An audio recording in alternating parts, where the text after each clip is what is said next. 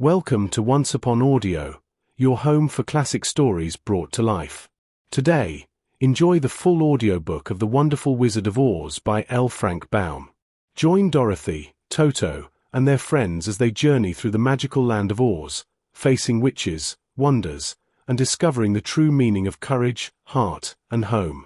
Sit back, relax, and let the adventure begin.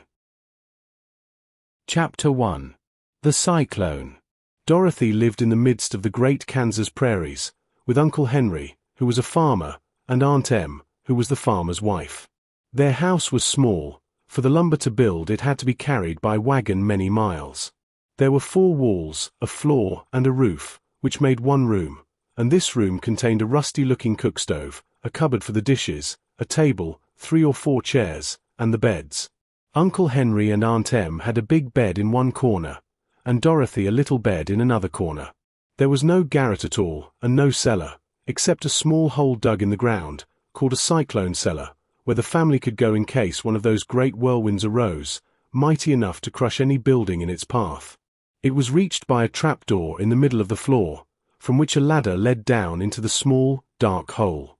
When Dorothy stood in the doorway and looked around, she could see nothing but the great grey prairie on every side. Not a tree nor a house broke the broad sweep of flat country that reached to the edge of the sky in all directions. The sun had baked the plowed land into a grey mass, with little cracks running through it. Even the grass was not green, for the sun had burned the tops of the long blades until they were the same grey colour to be seen everywhere. Once the house had been painted, but the sun blistered the paint and the rains washed it away, and now the house was as dull and grey as everything else. When Aunt Em came there to live she was a young, pretty wife. The sun and wind had changed her, too. They had taken the sparkle from her eyes and left them a sober grey. They had taken the red from her cheeks and lips, and they were grey also. She was thin and gaunt, and never smiled now. When Dorothy, who was an orphan, first came to her, Aunt Em had been so startled by the child's laughter that she would scream and press her hand upon her heart whenever Dorothy's merry voice reached her ears, and she still looked at the little girl with wonder that she could find anything to laugh at. Uncle Henry never laughed. He worked hard from morning till night and did not know what joy was. He was grey also, from his long beard to his rough boots, and he looked stern and solemn and rarely spoke. It was Toto that made Dorothy laugh, and saved her from growing as grey as her other surroundings. Toto was not grey. He was a little black dog, with long silky hair and small black eyes that twinkled merrily on either side of his funny, wee nose. Toto played all day long, and Dorothy played with him, and loved him dearly. Today, however, they were not playing. Uncle Henry sat upon the doorstep and looked anxiously at the sky, which was even greyer than usual. Dorothy stood in the door with Toto in her arms, and looked at the sky too. Aunt Em was washing the dishes. From the far north they heard a low wail of the wind, and Uncle Henry and Dorothy could see where the long grass bowed in waves before the coming storm. There now came a sharp whistling in the air from the south, and as they turned their eyes that way they saw ripples in the grass coming from that direction also. Suddenly Uncle Henry stood up. "There's a cyclone coming, Em," he called to his wife. "I'll go look after the stock." Then he ran toward the sheds where the cows and horses were kept. Aunt Em dropped her work and came to the door. One glance told her of the danger close at hand. "Quick, Dorothy," she screamed. "Run for the cellar." Toto jumped out of Dorothy's arms and hid under the bed, and the girl started to get him. Aunt Em, badly frightened, threw open the trapdoor in the floor and climbed down the ladder into the small, dark hole. Dorothy caught Toto at last and started to follow her aunt. When she was halfway across the room there came a great shriek from the wind, and the house shook so hard that she lost her footing and sat down suddenly upon the floor. Then a strange thing happened. The house whirled around 2 or 3 times and rose slowly through the air. Dorothy felt as if she were going up in a balloon. The north and south winds met where the house stood, and made it the exact center of the cyclone. In the middle of a cyclone the air is generally still, but the great pressure of the wind on every side of the house raised it up higher and higher, until it was at the very top of the cyclone, and there it remained and was carried miles and miles away as easily as you could carry a feather. It was very dark, and the wind howled horribly around her, but Dorothy found she was riding quite easily. After the first few whirls around, and one other time when the house tipped badly, she felt as if she were being rocked gently, like a baby in a cradle. Toto did not like it. He ran about the room, now here, now there, barking loudly. But Dorothy sat quite still on the floor and waited to see what would happen. Once Toto got too near the open trapdoor, and fell in, and at first the little girl thought she had lost him. But soon she saw one of his ears sticking up through the hole, for the strong pressure of the air was keeping him up so that he could not fall. She crept to the hole, caught Toto by the ear, and dragged him into the room again, afterward closing the trapdoor so that no more accidents could happen. Hour after hour passed away, and slowly Dorothy got over her fright, but she felt quite lonely, and the wind shrieked so loudly all about her that she nearly became deaf. At first she had wondered if she would be dashed to pieces when the house fell again, but as the hours passed and nothing terrible happened, she stopped worrying and resolved to wait calmly and see what the future would bring. At last she crawled over the swaying floor to her bed, and lay down upon it, and Toto followed and lay down beside her. In spite of the swaying of the house and the wailing of the wind, Dorothy soon closed her eyes and fell fast asleep. Chapter 2. The Council with the Munchkins. She was awakened by a shock, so sudden and severe that if Dorothy had not been lying on the soft bed she might have been hurt. As it was, the jar made her catch her breath and wonder what had happened, and Toto put his cold little nose into her face and whined dismally. Dorothy sat up and noticed that the house was not moving, nor was it dark, for the bright sunshine came in at the window, flooding the little room. She sprang from her bed and with Toto at her heels ran and opened the door. The little girl gave a cry of amazement and looked about her, her eyes growing bigger and bigger at the wonderful sights she saw. The cyclone had set the house down very gently, for a cyclone, in the midst of a country of marvelous beauty. There were lovely patches of greensward all about, with stately trees bearing rich and luscious fruits. Banks of gorgeous flowers were on every hand, and birds with rare and brilliant plumage sang and fluttered in the trees and bushes. A little way off was a small brook, rushing and sparkling along between green banks, and murmuring in a voice very grateful to a little girl who had lived so long on the dry, grey prairies. While she stood looking eagerly at the strange and beautiful sights, she noticed coming toward her a group of the queerest people she had ever seen. They were not as big as the grown folk she had always been used to, but neither were they very small. In fact, they seemed about as tall as Dorothy, who was a well-grown child for her age, although they were, so far as looks go, many years older. 3 were men and 1 a woman, and all were oddly dressed. They wore round hats that rose to a small point a foot above their heads, with little bells around the brims that tinkled sweetly as they moved. The hats of the men were blue, the little woman's hat was white, and she wore a white gown that hung in pleats from her shoulders. Over it were sprinkled little stars that glistened in the sun like diamonds. The men were dressed in blue, of the same shade as their hats, and wore well-polished boots with a deep roll of blue at the tops. The men, Dorothy thought, were about as old as Uncle Henry, for 2 of them had beards. But the little woman was doubtless much older. Her face was covered with wrinkles, her hair was nearly white, and she walked rather stiffly. When these people drew near the house where Dorothy was standing in the doorway, they paused and whispered among themselves, as if afraid to come farther. But the little old woman walked up to Dorothy, made a low bow and said, in a sweet voice, "You are welcome, most noble sorceress, to the land of the Munchkins. We are so grateful to you for having killed the wicked witch of the East, and for setting our people free from bondage." Dorothy listened to this speech with wonder. What could the little woman possibly mean by calling her a sorceress, and saying she had killed the wicked witch of the East? Dorothy was an innocent, harmless little girl, who had been carried by a cyclone many miles from home, and she had never killed anything in all her life. But the little woman evidently expected her to answer, so Dorothy said, with hesitation, "You are very kind, but there must be some mistake. I have not killed anything." "Your house did, anyway," replied the little old woman, with a laugh, "and that is the same thing. See," she continued, pointing to the corner of the house. "There are her 2 feet, still sticking out from under a block of wood." Dorothy looked, and gave a little cry of fright. There, indeed, just under the corner of the great beam the house rested on, 2 feet were sticking out, shod in silver shoes with pointed toes. "Oh dear! Oh dear!" cried Dorothy, clasping her hands together in dismay. "The house must have fallen on her. Whatever shall we do?" "There is nothing to be done," said the little woman calmly. "But who was she?" asked Dorothy. "She was the Wicked Witch of the East, as I said," answered the little woman. "She has held all the Munchkins in bondage for many years, making them slave for her night and day. Now they are all set free, and are grateful to you for the favor." "Who are the Munchkins?" inquired Dorothy. "They are the people who live in this land of the East where the Wicked Witch ruled." "Are you a Munchkin?" asked Dorothy. "No, but I am their friend, although I live in the land of the North. When they saw the Witch of the East was dead, the Munchkins sent a swift messenger to me, and I came at once. I am the Witch of the North." "Oh gracious!" cried Dorothy.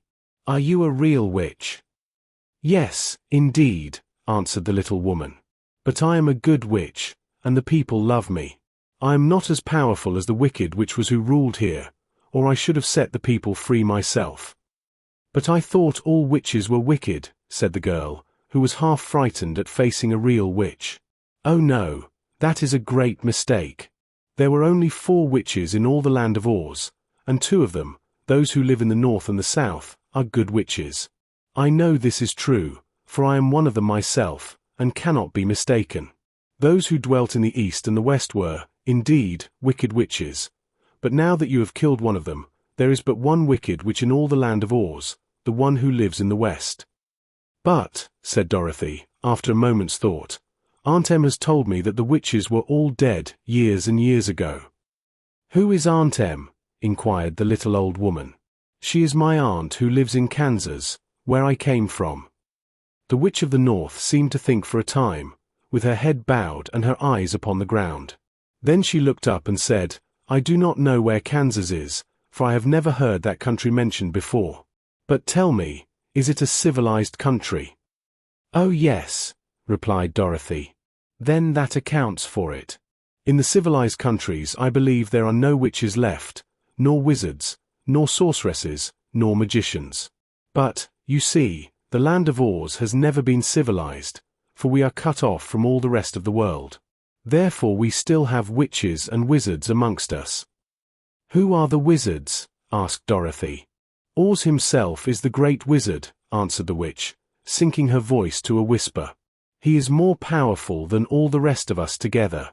He lives in the City of Emeralds."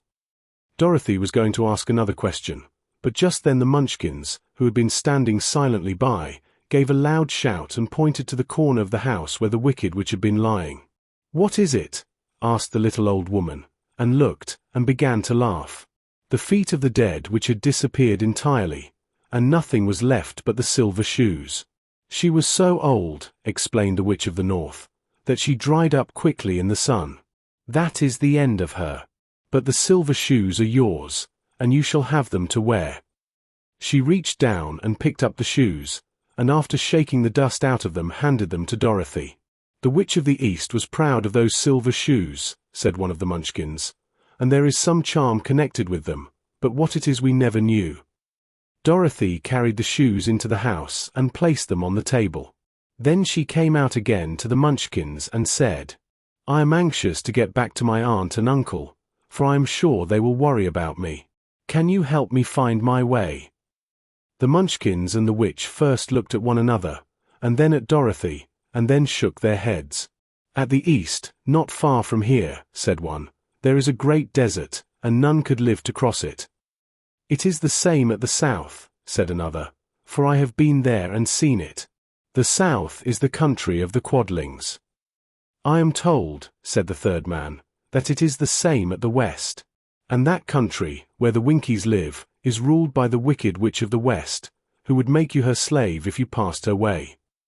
"The north is my home," said the old lady, "and at its edge is the same great desert that surrounds this land of Oz. I'm afraid, my dear, you will have to live with us." Dorothy began to sob at this, for she felt lonely among all these strange people. Her tears seemed to grieve the kind-hearted Munchkins, for they immediately took out their handkerchiefs and began to weep also. As for the little old woman, she took off her cap and balanced the point on the end of her nose, while she counted 1, 2, 3 in a solemn voice. At once the cap changed to a slate, on which was written in big, white chalk marks, "Let Dorothy go to the City of Emeralds." The little old woman took the slate from her nose, and having read the words on it, asked, "Is your name Dorothy, my dear?" "Yes," answered the child, looking up and drying her tears. "Then you must go to the City of Emeralds. Perhaps Oz will help you." "Where is this city?" asked Dorothy. "It is exactly in the center of the country, and is ruled by Oz, the great wizard I told you of." "Is he a good man?" inquired the girl anxiously. "He is a good wizard. Whether he is a man or not I cannot tell, for I have never seen him." "How can I get there?" asked Dorothy. "You must walk. It is a long journey, through a country that is sometimes pleasant and sometimes dark and terrible. However, I will use all the magic arts I know of to keep you from harm." "Won't you go with me?" pleaded the girl, who had begun to look upon the little old woman as her only friend. "No, I cannot do that," she replied, "but I will give you my kiss, and no one will dare injure a person who has been kissed by the Witch of the North." She came close to Dorothy and kissed her gently on the forehead. Where her lips touched the girl they left a round, shining mark, as Dorothy found out soon after. "The road to the City of Emeralds is paved with yellow brick," said the witch, "so you cannot miss it. When you get to Oz, do not be afraid of him, but tell your story and ask him to help you. Goodbye, my dear." The 3 Munchkins bowed low to her and wished her a pleasant journey, after which they walked away through the trees. The witch gave Dorothy a friendly little nod, whirled around on her left heel 3 times, and straightway disappeared, much to the surprise of little Toto, who barked after her loudly enough when she had gone, because he had been afraid even to growl while she stood by. But Dorothy, knowing her to be a witch, had expected her to disappear in just that way, and was not surprised in the least. Chapter 3. How Dorothy Saved the Scarecrow. When Dorothy was left alone, she began to feel hungry. So she went to the cupboard and cut herself some bread, which she spread with butter. She gave some to Toto, and taking a pail from the shelf she carried it down to the little brook and filled it with clear, sparkling water. Toto ran over to the trees and began to bark at the birds sitting there. Dorothy went to get him, and saw such delicious fruit hanging from the branches that she gathered some of it, finding it just what she wanted to help out her breakfast. Then she went back to the house, and having helped herself and Toto to a good drink of the cool, clear water, she set about making ready for the journey to the City of Emeralds. Dorothy had only one other dress, but that happened to be clean and was hanging on a peg beside her bed. It was gingham, with checks of white and blue, and although the blue was somewhat faded with many washings, it was still a pretty frock. The girl washed herself carefully, dressed herself in the clean gingham, and tied her pink sunbonnet on her head. She took a little basket and filled it with bread from the cupboard, laying a white cloth over the top. Then she looked down at her feet and noticed how old and worn her shoes were. "They surely will never do for a long journey, Toto," she said. And Toto looked up into her face with his little black eyes and wagged his tail to show he knew what she meant. At that moment Dorothy saw lying on the table the silver shoes that had belonged to the Witch of the East. "I wonder if they will fit me," she said to Toto. "They would be just the thing to take a long walk in, for they could not wear out." She took off her old leather shoes and tried on the silver ones, which fitted her as well as if they had been made for her. Finally she picked up her basket. "Come along, Toto," she said. "We will go to the Emerald City and ask the Great Oz how to get back to Kansas again." She closed the door, locked it, and put the key carefully in the pocket of her dress. And so, with Toto trotting along soberly behind her, she started on her journey. There were several roads nearby, but it did not take her long to find the one paved with yellow bricks. Within a short time she was walking briskly toward the Emerald City, her silver shoes tinkling merrily on the hard, yellow roadbed. The sun shone bright and the birds sang sweetly, and Dorothy did not feel nearly so bad as you might think a little girl would who had been suddenly whisked away from her own country and set down in the midst of a strange land. She was surprised, as she walked along, to see how pretty the country was about her. There were neat fences at the sides of the road, painted a dainty blue color, and beyond them were fields of grain and vegetables in abundance. Evidently, the Munchkins were good farmers and able to raise large crops. Once in a while she would pass a house, and the people came out to look at her and bow low as she went by, for everyone knew she had been the means of destroying the wicked witch and setting them free from bondage. The houses of the Munchkins were odd-looking dwellings, for each was round, with a big dome for a roof. All were painted blue, for in this country of the East blue was the favorite color. Toward evening, when Dorothy was tired with her long walk and began to wonder where she should pass the night, she came to a house rather larger than the rest. On the green lawn before it many men and women were dancing. 5 little fiddlers played as loudly as possible, and the people were laughing and singing, while a big table nearby was loaded with delicious fruits and nuts, pies and cakes, and many other good things to eat. The people greeted Dorothy kindly, and invited her to supper and to pass the night with them, for this was the home of one of the richest Munchkins in the land, and his friends were gathered with him to celebrate their freedom from the bondage of the wicked witch. Dorothy ate a hearty supper and was waited upon by the rich Munchkin himself, whose name was Bock.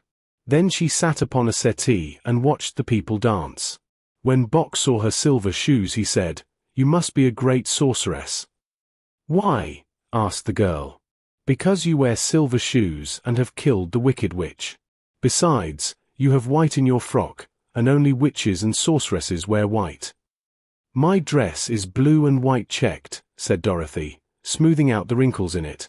"It is kind of you to wear that," said Bock. "Blue is the color of the Munchkins, and white is the witch color. So we know you are a friendly witch." Dorothy did not know what to say to this, for all the people seemed to think her a witch, and she knew very well she was only an ordinary little girl who had come by the chance of a cyclone into a strange land. When she had tired watching the dancing, Bock led her into the house, where he gave her a room with a pretty bed in it. The sheets were made of blue cloth, and Dorothy slept soundly in them till morning, with Toto curled up on the blue rug beside her. She ate a hearty breakfast, and watched a wee Munchkin baby, who played with Toto and pulled his tail and crowed and laughed in a way that greatly amused Dorothy. Toto was a fine curiosity to all the people, for they had never seen a dog before. "How far is it to the Emerald City?" the girl asked. "I do not know," answered Bock gravely, "for I have never been there. It is better for people to keep away from Oz, unless they have business with him. But it is a long way to the Emerald City, and it will take you many days. The country here is rich and pleasant, but you must pass through rough and dangerous places before you reach the end of your journey." This worried Dorothy a little, but she knew that only the Great Oz could help her get to Kansas again, so she bravely resolved not to turn back. She bade her friends goodbye, and again started along the road of yellow brick. When she had gone several miles, she thought she would stop to rest, and so climbed to the top of the fence beside the road and sat down. There was a great cornfield beyond the fence, and not far away she saw a scarecrow, placed high on a pole to keep the birds from the ripe corn. Dorothy leaned her chin upon her hand and gazed thoughtfully at the scarecrow. Its head was a small sack stuffed with straw, with eyes, nose, and mouth painted on it to represent a face. An old, pointed blue hat, that had belonged to some Munchkin, was perched on his head, and the rest of the figure was a blue suit of clothes, worn and faded, which had also been stuffed with straw. On the feet were some old boots with blue tops, such as every man wore in this country, and the figure was raised above the stalks of corn by means of the pole stuck up its back. While Dorothy was looking earnestly into the queer, painted face of the scarecrow, she was surprised to see one of the eyes slowly wink at her. She thought she must have been mistaken at first, for none of the scarecrows in Kansas ever wink, but presently the figure nodded its head to her in a friendly way. Then she climbed down from the fence and walked up to it, while Toto ran around the pole and barked. "Good day," said the scarecrow, in a rather husky voice. "Did you speak?" asked the girl, in wonder. "Certainly," answered the scarecrow. "How do you do?" "I'm pretty well, thank you," replied Dorothy politely. "How do you do?" "I'm not feeling well," said the scarecrow, with a smile, "for it is very tedious being perched up here night and day to scare away crows." "Can't you get down?" asked Dorothy. "No, for this pole is stuck up my back. If you will please take away the pole, I shall be greatly obliged to you." Dorothy reached up both arms and lifted the figure off the pole, for, being stuffed with straw, it was quite light. "Thank you very much," said the Scarecrow, when he had been set down on the ground. "I feel like a new man." Dorothy was puzzled at this, for it sounded queer to hear a stuffed man speak, and to see him bow and walk along beside her. "Who are you?" asked the Scarecrow when he had stretched himself and yawned. "And where are you going?" "My name is Dorothy," said the girl, "and I am going to the Emerald City, to ask the Great Oz to send me back to Kansas." "Where is the Emerald City?" he inquired. "And who is Oz?" "Why, don't you know?" she returned, in surprise. "No, indeed. I don't know anything. You see, I am stuffed, so I have no brains at all," he answered sadly. "Oh," said Dorothy, "I'm awfully sorry for you." "Do you think," he asked, "if I go to the Emerald City with you, that Oz would give me some brains?" "I cannot tell," she returned, "but you may come with me, if you like. If Oz will not give you any brains, you will be no worse off than you are now." "That is true," said the Scarecrow.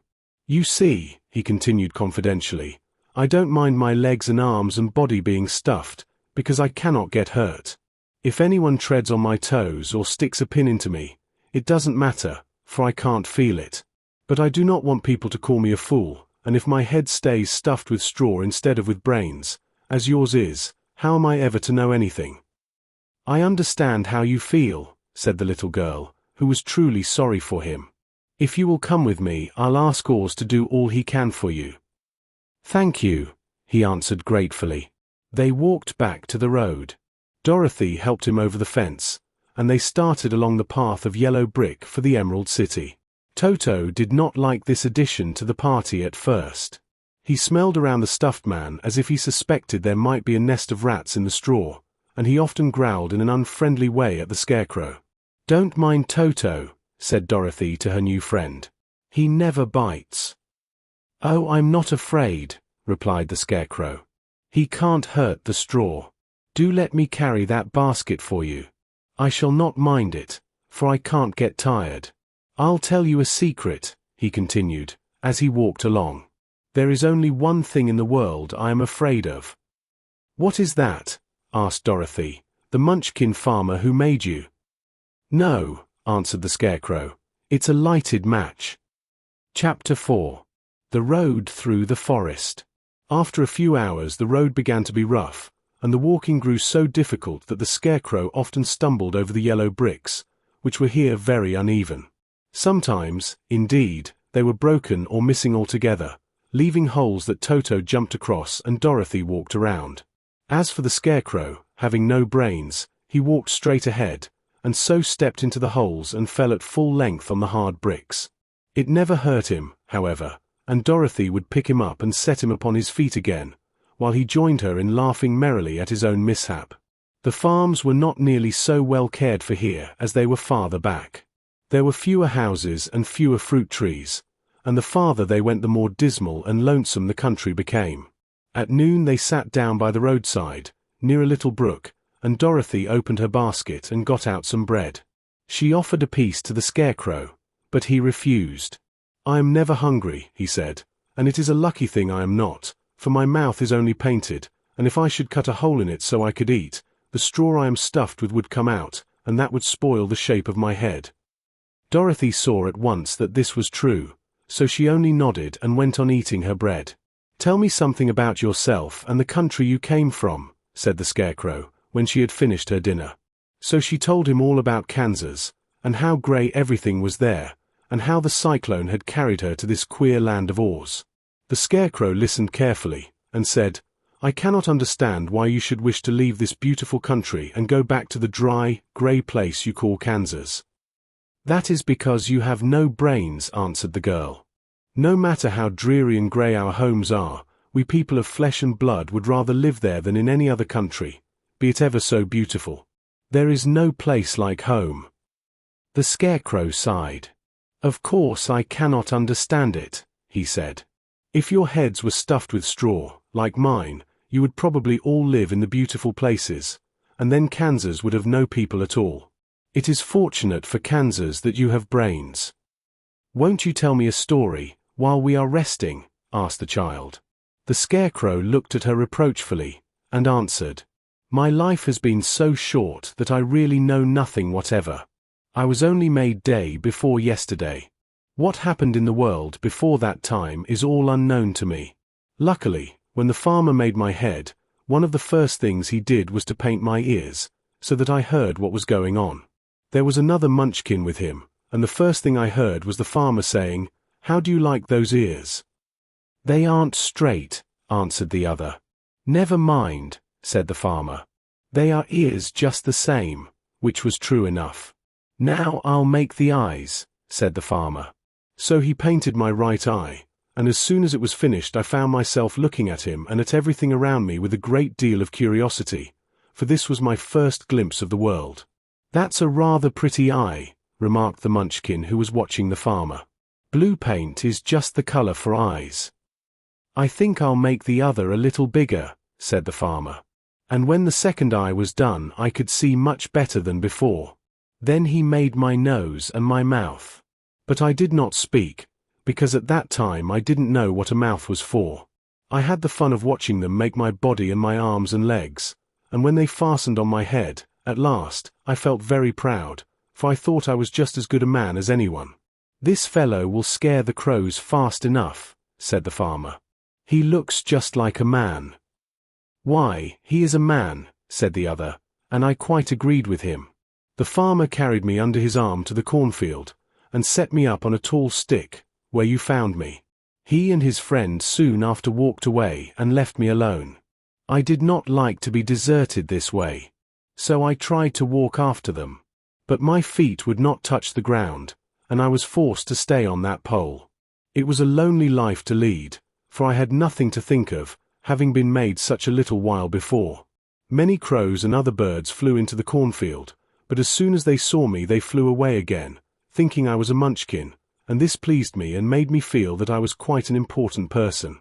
By and by an old crow flew near me, and after looking at me carefully he perched upon my shoulder and said, "I wonder if that farmer thought to fool me in this clumsy manner.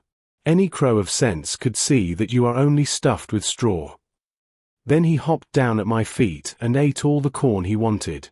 The other birds, seeing he was not harmed by me, came to eat the corn too, so in a short time there was a great flock of them about me.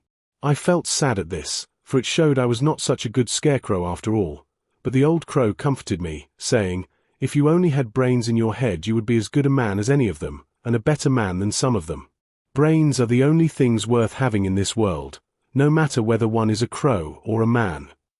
After the crows had gone I thought this over, and decided I would try hard to get some brains. By good luck you came along and pulled me off the stake, and from what you say I am sure the great oars will give me brains as soon as we get to the Emerald City. "I hope so," said Dorothy earnestly, "since you seem anxious to have them." "Oh yes, I am anxious," returned the Scarecrow. "It is such an uncomfortable feeling to know one is a fool." "Well," said the girl, "let us go." And she handed the basket to the Scarecrow. There were no fences at all by the roadside now, and the land was rough and untilled. Toward evening they came to a great forest, where the trees grew so big and close together that their branches met over the road of yellow brick. It was almost dark under the trees, for the branches shut out the daylight, but the travelers did not stop, and went on into the forest. "If this road goes in, it must come out," said the Scarecrow, "and as the Emerald City is at the other end of the road, we must go wherever it leads us." "Anyone would know that," said Dorothy. "Certainly, that is why I know it," returned the Scarecrow. "If it required brains to figure it out, I never should have said it." After an hour or so the light faded away, and they found themselves stumbling along in the darkness. Dorothy could not see at all, but Toto could, for some dogs see very well in the dark, and the Scarecrow declared he could see as well as by day. So she took hold of his arm and managed to get along fairly well. "If you see any house, or any place where we can pass the night," she said, "you must tell me, for it is very uncomfortable walking in the dark." Soon after the Scarecrow stopped. "I see a little cottage at the right of us," he said, "built of logs and branches. Shall we go there?" "Yes, indeed," answered the child. "I am all tired out." So the Scarecrow led her through the trees until they reached the cottage, and Dorothy entered and found a bed of dried leaves in one corner. She lay down at once, and with Toto beside her soon fell into a sound sleep. The Scarecrow, who was never tired, stood up in another corner and waited patiently until morning came. Chapter 5. The Rescue of the Tin Woodman. When Dorothy awoke, the sun was shining through the trees, and Toto had long been out chasing birds around him and squirrels. She sat up and looked around her. There was the Scarecrow, still standing patiently in his corner, waiting for her. "We must go and search for water," she said to him. "Why do you want water?" he asked. "To wash my face clean after the dust of the road, and to drink, so the dry bread will not stick in my throat." "It must be inconvenient to be made of flesh," said the Scarecrow thoughtfully, "for you must sleep, and eat, and drink. However, you have brains, and it is worth a lot of bother to be able to think properly." They left the cottage and walked through the trees until they found a little spring of clear water, where Dorothy drank and bathed and ate her breakfast. She saw there was not much bread left in the basket, and the girl was thankful the Scarecrow did not have to eat anything, for there was scarcely enough for herself and Toto for the day. When she had finished her meal, and was about to go back to the road of yellow brick, she was startled to hear a deep groan nearby. "What was that?" she asked timidly. "I cannot imagine," replied the Scarecrow, "but we can go and see." Just then another groan reached their ears, and the sound seemed to come from behind them. They turned and walked through the forest a few steps, when Dorothy discovered something shining in a ray of sunshine that fell between the trees. She ran to the place and then stopped short, with a little cry of surprise. One of the big trees had been partly chopped through, and standing beside it, with an uplifted axe in his hands, was a man made entirely of tin. His head and arms and legs were jointed upon his body, but he stood perfectly motionless, as if he could not stir at all. Dorothy looked at him in amazement, and so did the Scarecrow, while Toto barked sharply and made a snap at the tin legs, which hurt his teeth. "Did you groan?" asked Dorothy. "Yes," answered the Tin Man, "I did. I've been groaning for more than a year, and no one has ever heard me before or come to help me." "What can I do for you?" she inquired softly, for she was moved by the sad voice in which the man spoke. "Get an oil can and oil my joints," he answered. "They are rusted so badly that I cannot move them at all. If I am well oiled, I shall soon be all right again. You will find an oil can on a shelf in my cottage." Dorothy at once ran back to the cottage and found the oil can, and then she returned and asked anxiously, "Where are your joints?" "Oil my neck first," replied the Tin Woodman. So she oiled it, and as it was quite badly rusted, the Scarecrow took hold of the tin head and moved it gently from side to side until it worked freely, and then the man could turn it himself. "Now oil the joints in my arms," he said. And Dorothy oiled them, and the Scarecrow bent them carefully until they were quite free from rust and as good as new. The Tin Woodman gave a sigh of satisfaction and lowered his axe, which he leaned against the tree. "This is a great comfort," he said. "I have been holding that axe in the air ever since I rusted, and I'm glad to be able to put it down at last. Now, if you will oil the joints of my legs, I shall be all right once more." So they oiled his legs until he could move them freely, and he thanked them again and again for his release, for he seemed a very polite creature, and very grateful. "I might have stood there always if you had not come along," he said, "so you have certainly saved my life. How did you happen to be here?" "We are on our way to the Emerald City to see the great ores," she answered, "and we stopped at your cottage to pass the night." "Why do you wish to see ores?" he asked. "I want him to send me back to Kansas, and the Scarecrow wants him to put a few brains into his head," she replied. The Tin Woodman appeared to think deeply for a moment. Then he said, "Do you suppose ores could give me a heart?" "Why, I guess so," Dorothy answered.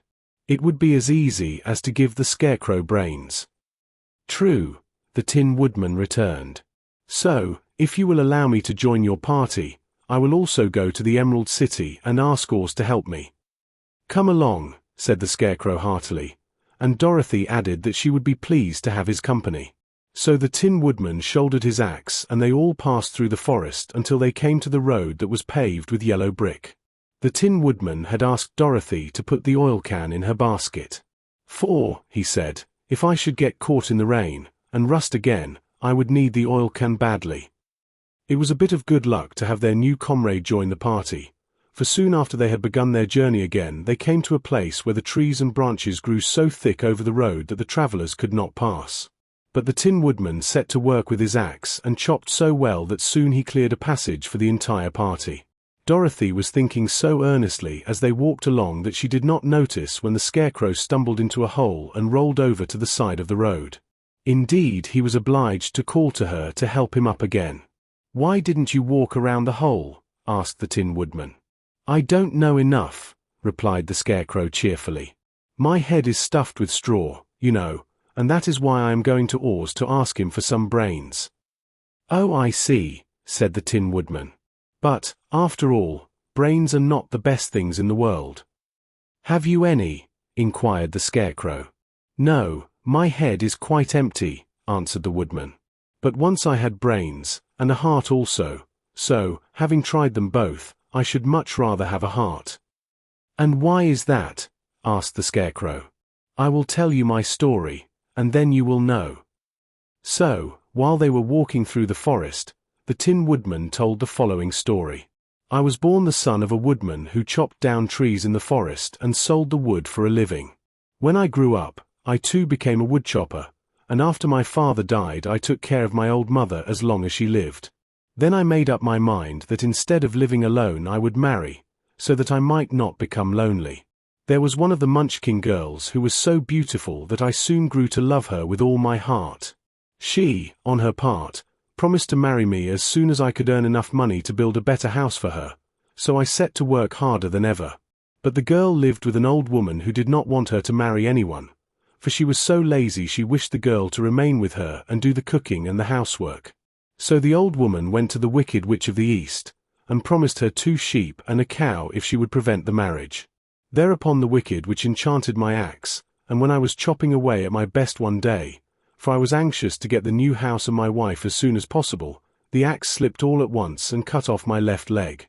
This at first seemed a great misfortune, for I knew a one-legged man could not do very well as a woodchopper. So I went to a tinsmith and had him make me a new leg out of tin. The leg worked very well, once I was used to it. But my action angered the Wicked Witch of the East, for she had promised the old woman I should not marry the pretty Munchkin girl. When I began chopping again, my axe slipped and cut off my right leg. Again I went to the tinsmith, and again he made me a leg out of tin. After this the enchanted axe cut off my arms, one after the other, but, nothing daunted, I had them replaced with tin ones. The Wicked Witch then made the axe slip and cut off my head, and at first I thought that was the end of me. But the tinsmith happened to come along, and he made me a new head out of tin. I thought I had beaten the Wicked Witch then, and I worked harder than ever, but I little knew how cruel my enemy could be. She thought of a new way to kill my love for the beautiful Munchkin maiden, and made my axe slip again, so that it cut right through my body, splitting me into 2 halves. Once more the tinsmith came to my help and made me a body of tin, fastening my tin arms and legs and head to it, by means of joints, so that I could move around as well as ever. But, alas! I had now no heart, so that I lost all my love for the Munchkin girl, and did not care whether I married her or not. I suppose she is still living with the old woman, waiting for me to come after her. My body shone so brightly in the sun that I felt very proud of it, and it did not matter now if my axe slipped, for it could not cut me. There was only one danger, that my joints would rust, but I kept an oil can in my cottage and took care to oil myself whenever I needed it. However, there came a day when I forgot to do this, and, being caught in a rainstorm, before I thought of the danger my joints had rusted, and I was left to stand in the woods until you came to help me. It was a terrible thing to undergo, but during the year I stood there I had time to think that the greatest loss I had known was the loss of my heart. While I was in love I was the happiest man on earth, but no one can love who has not a heart, and so I am resolved to ask Oz to give me one. If he does, I will go back to the Munchkin maiden and marry her. Both Dorothy and the Scarecrow had been greatly interested in the story of the Tin Woodman, and now they knew why he was so anxious to get a new heart. "All the same," said the Scarecrow, "I shall ask for brains instead of a heart, for a fool would not know what to do with a heart if he had one." "I shall take the heart," returned the Tin Woodman, "for brains do not make one happy, and happiness is the best thing in the world." Dorothy did not say anything, for she was puzzled to know which of her two friends was right, and she decided if she could only get back to Kansas and Aunt Em, it did not matter so much whether the Woodman had no brains and the Scarecrow no heart, or each got what he wanted. What worried her most was that the bread was nearly gone, and another meal for herself and Toto would empty the basket.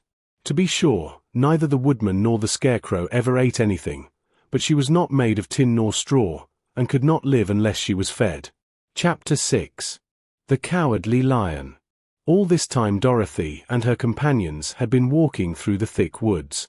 The road was still paved with yellow brick, but these were much covered by dried branches and dead leaves from the trees, and the walking was not at all good. There were few birds in this part of the forest, for birds love the open country where there is plenty of sunshine. But now and then there came a deep growl from some wild animal hidden among the trees. These sounds made the little girl's heart beat fast, for she did not know what made them. But Toto knew, and he walked close to Dorothy's side, and did not even bark in return. "How long will it be," the child asked of the Tin Woodman, "before we are out of the forest?" "I cannot tell," was the answer, "for I have never been to the Emerald City. But my father went there once, when I was a boy, and he said it was a long journey through a dangerous country, although nearer to the city where Oz dwells the country is beautiful. But I am not afraid so long as I have my oil can, and nothing can hurt the Scarecrow, while you bear upon your forehead the mark of the Good Witch's kiss, and that will protect you from harm." "But Toto," said the girl anxiously, "what will protect him?" "We must protect him ourselves if he is in danger," replied the Tin Woodman. Just as he spoke there came from the forest a terrible roar, and the next moment a great lion bounded into the road. With one blow of his paw he sent the Scarecrow spinning over and over to the edge of the road, and then he struck at the Tin Woodman with his sharp claws. But, to the lion's surprise, he could make no impression on the tin, although the Woodman fell over in the road and lay still. Little Toto, now that he had an enemy to face, ran barking toward the lion, and the great beast had opened his mouth to bite the dog, when Dorothy, fearing Toto would be killed, and heedless of danger, rushed forward and slapped the lion upon his nose as hard as she could, while she cried out, "Don't you dare to bite Toto! You ought to be ashamed of yourself, a big beast like you, to bite a poor little dog."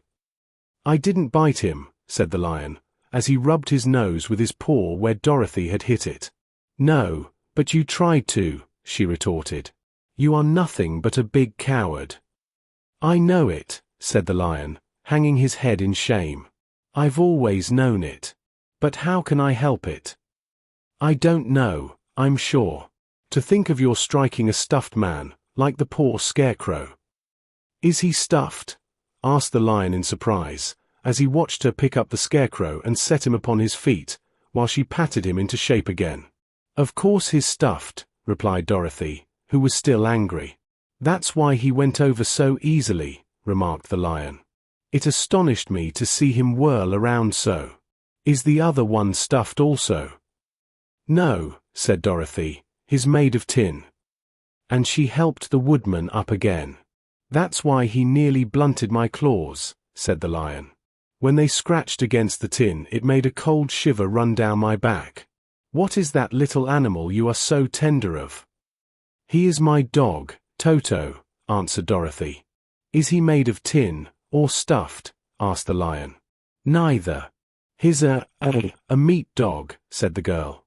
"Oh. He's a curious animal and seems remarkably small, now that I look at him. No one would think of biting such a little thing, except a coward like me," continued the lion sadly. "What makes you a coward?" asked Dorothy, looking at the great beast in wonder, for he was as big as a small horse. "It's a mystery," replied the lion. "I suppose I was born that way. All the other animals in the forest naturally expect me to be brave, for the lion is everywhere thought to be the king of beasts. I learned that if I roared very loudly every living thing was frightened and got out of my way.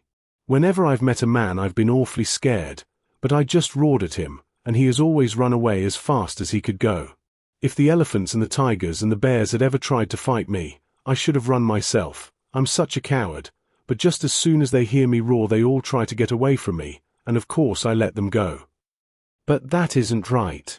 The king of beasts shouldn't be a coward," said the Scarecrow. "I know it," returned the lion, wiping a tear from his eye with the tip of his tail. "It is my great sorrow, and makes my life very unhappy. But whenever there is danger, my heart begins to beat fast." "Perhaps you have heart disease," said the Tin Woodman. "It may be," said the lion. "If you have," continued the Tin Woodman, "you ought to be glad, for it proves you have a heart. For my part, I have no heart, so I cannot have heart disease." "Perhaps," said the lion thoughtfully, "if I had no heart I should not be a coward." "Have you brains?" asked the Scarecrow. "I suppose so. I've never looked to see," replied the lion. "I'm going to the Great Oars to ask him to give me some," remarked the Scarecrow, "for my head is stuffed with straw." "And I'm going to ask him to give me a heart," said the Woodman. "And I'm going to ask him to send Toto and me back to Kansas," added Dorothy. "Do you think Oars could give me courage?" asked the Cowardly Lion. "Just as easily as he could give me brains," said the Scarecrow.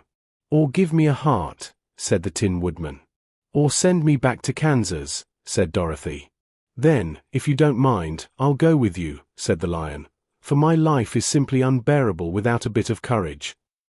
"You will be very welcome," answered Dorothy, "for you will help to keep away the other wild beasts. It seems to me they must be more cowardly than you are if they allow you to scare them so easily." "They really are," said the lion, "but that doesn't make me any braver, and as long as I know myself to be a coward I shall be unhappy." So once more the little company set off upon the journey, the lion walking with stately strides at Dorothy's side. Toto did not approve of this new comrade at first, for he could not forget how nearly he had been crushed between the lion's great jaws. But after a time he became more at ease, and presently Toto and the Cowardly Lion had grown to be good friends. During the rest of that day there was no other adventure to mar the peace of their journey. Once, indeed, the Tin Woodman stepped upon a beetle that was crawling along the road, and killed the poor little thing. This made the Tin Woodman very unhappy, for he was always careful not to hurt any living creature, and as he walked along he wept several tears of sorrow and regret. These tears ran slowly down his face and over the hinges of his jaw, and there they rusted. When Dorothy presently asked him a question, the Tin Woodman could not open his mouth, for his jaws were tightly rusted together. He became greatly frightened at this and made many motions to Dorothy to relieve him, but she could not understand.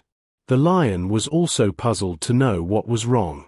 But the Scarecrow seized the oil can from Dorothy's basket and oiled the Woodman's jaws, so that after a few moments he could talk as well as before. "This will serve me a lesson," said he, "to look where I step. For if I should kill another bug or beetle I should surely cry again, and crying rusts my jaws so that I cannot speak."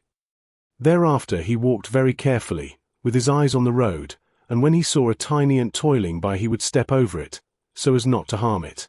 The Tin Woodman knew very well he had no heart, and therefore he took great care never to be cruel or unkind to anything. "You people with hearts," he said, "have something to guide you, and need never do wrong, but I have no heart, and so I must be very careful. When Oz gives me a heart of course I needn't mind so much." Chapter 7. The Journey to the Great Oars. They were obliged to camp out that night under a large tree in the forest, for there were no houses near. The tree made a good, thick covering to protect them from the dew, and the Tin Woodman chopped a great pile of wood with his axe, and Dorothy built a splendid fire that warmed her and made her feel less lonely. She and Toto ate the last of their bread, and now she did not know what they would do for breakfast. "If you wish," said the lion, "I will go into the forest and kill a deer for you. You can roast it by the fire, since your tastes are so peculiar that you prefer cooked food, and then you will have a very good breakfast." "Don't.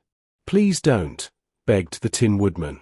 "I should certainly weep if you killed a poor deer, and then my jaws would rust again."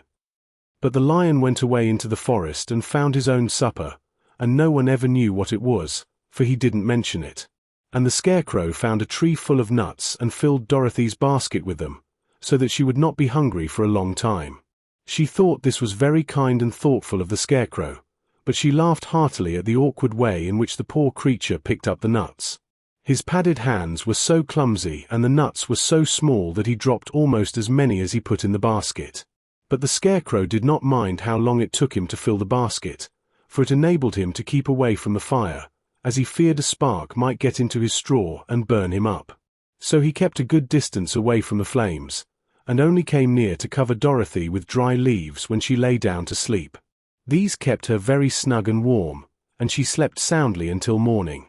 When it was daylight, the girl bathed her face in a little rippling brook, and soon after they all started toward the Emerald City. This was to be an eventful day for the travelers. They had hardly been walking an hour when they saw before them a great ditch that crossed the road and divided the forest as far as they could see on either side. It was a very wide ditch, and when they crept up to the edge and looked into it, they could see it was also very deep, and there were many big, jagged rocks at the bottom. The sides were so steep that none of them could climb down, and for a moment it seemed that their journey must end. "What shall we do?" asked Dorothy despairingly. "I haven't the faintest idea," said the Tin Woodman, and the Lion shook his shaggy mane and looked thoughtful. But the Scarecrow said, "We cannot fly, that is certain. Neither can we climb down into this great ditch. Therefore, if we cannot jump over it, we must stop where we are." "I think I could jump over it," said the Cowardly Lion, after measuring the distance carefully in his mind. "Then we are all right," answered the Scarecrow, "for you can carry us all over on your back, one at a time." "Well, I'll try it," said the Lion. "Who will go first?" "I will," declared the Scarecrow, "for, if you found that you could not jump over the gulf, Dorothy would be killed, or the Tin Woodman badly dented on the rocks below. But if I am on your back it will not matter so much, for the fall would not hurt me at all." "I am terribly afraid of falling, myself," said the Cowardly Lion, "but I suppose there is nothing to do but try it. So get on my back and we will make the attempt." The Scarecrow sat upon the Lion's back, and the big beast walked to the edge of the gulf and crouched down. "Why don't you run and jump?" asked the Scarecrow. "Because that isn't the way we lions do these things," he replied. Then giving a great spring, he shot through the air and landed safely on the other side. They were all greatly pleased to see how easily he did it, and after the Scarecrow had got down from his back, the Lion sprang across the ditch again. Dorothy thought she would go next, so she took Toto in her arms and climbed on the Lion's back, holding tightly to his mane with one hand. The next moment it seemed as if she were flying through the air, and then, before she had time to think about it, she was safe on the other side. The Lion went back a third time and got the Tin Woodman, and then they all sat down for a few moments to give the beast a chance to rest, for his great leaps had made his breath short, and he panted like a big dog that has been running too long. They found the forest very thick on this side, and it looked dark and gloomy. After the Lion had rested, they started along the road of yellow brick, silently wondering, each in his own mind, if ever they would come to the end of the woods and reach the bright sunshine again. To add to their discomfort, they soon heard strange noises in the depths of the forest, and the Lion whispered to them that it was in this part of the country that the Kalidas lived. "What are the Kalidas?" asked the girl. "They are monstrous beasts with bodies like bears and heads like tigers," replied the Lion, "and with claws so long and sharp that they could tear me in two as easily as I could kill Toto. I'm terribly afraid of the Kalidas." "I'm not surprised that you are," returned Dorothy. "They must be dreadful beasts." The Lion was about to reply when suddenly they came to another gulf across the road. But this one was so broad and deep that the Lion knew at once he could not leap across it.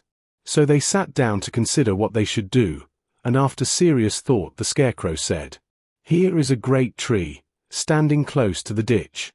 If the Tin Woodman can chop it down, so that it will fall to the other side, we can walk across it easily." "That is a first-rate idea," said the Lion. "One would almost suspect you had brains in your head, instead of straw." The Woodman set to work at once, and so sharp was his axe that the tree was soon chopped nearly through.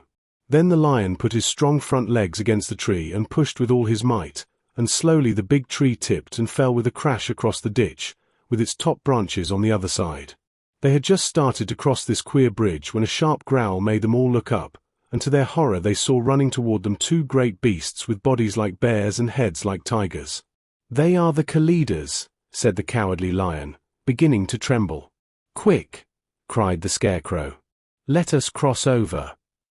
So Dorothy went first, holding Toto in her arms, the Tin Woodman followed, and the Scarecrow came next. The lion, although he was certainly afraid, turned to face the Kalidas, and then he gave so loud and terrible a roar that Dorothy screamed and the Scarecrow fell over backward, while even the fierce beasts stopped short and looked at him in surprise. But, seeing they were bigger than the lion, and remembering that there were two of them and only one of him, the Kalidas again rushed forward, and the lion crossed over the tree and turned to see what they would do next. Without stopping an instant, the fierce beasts also began to cross the tree. And the lion said to Dorothy, "We are lost, for they will surely tear us to pieces with their sharp claws. But stand close behind me, and I will fight them as long as I am alive." "Wait a minute," called the Scarecrow. He had been thinking what was best to be done, and now he asked the Woodman to chop away the end of the tree that rested on their side of the ditch.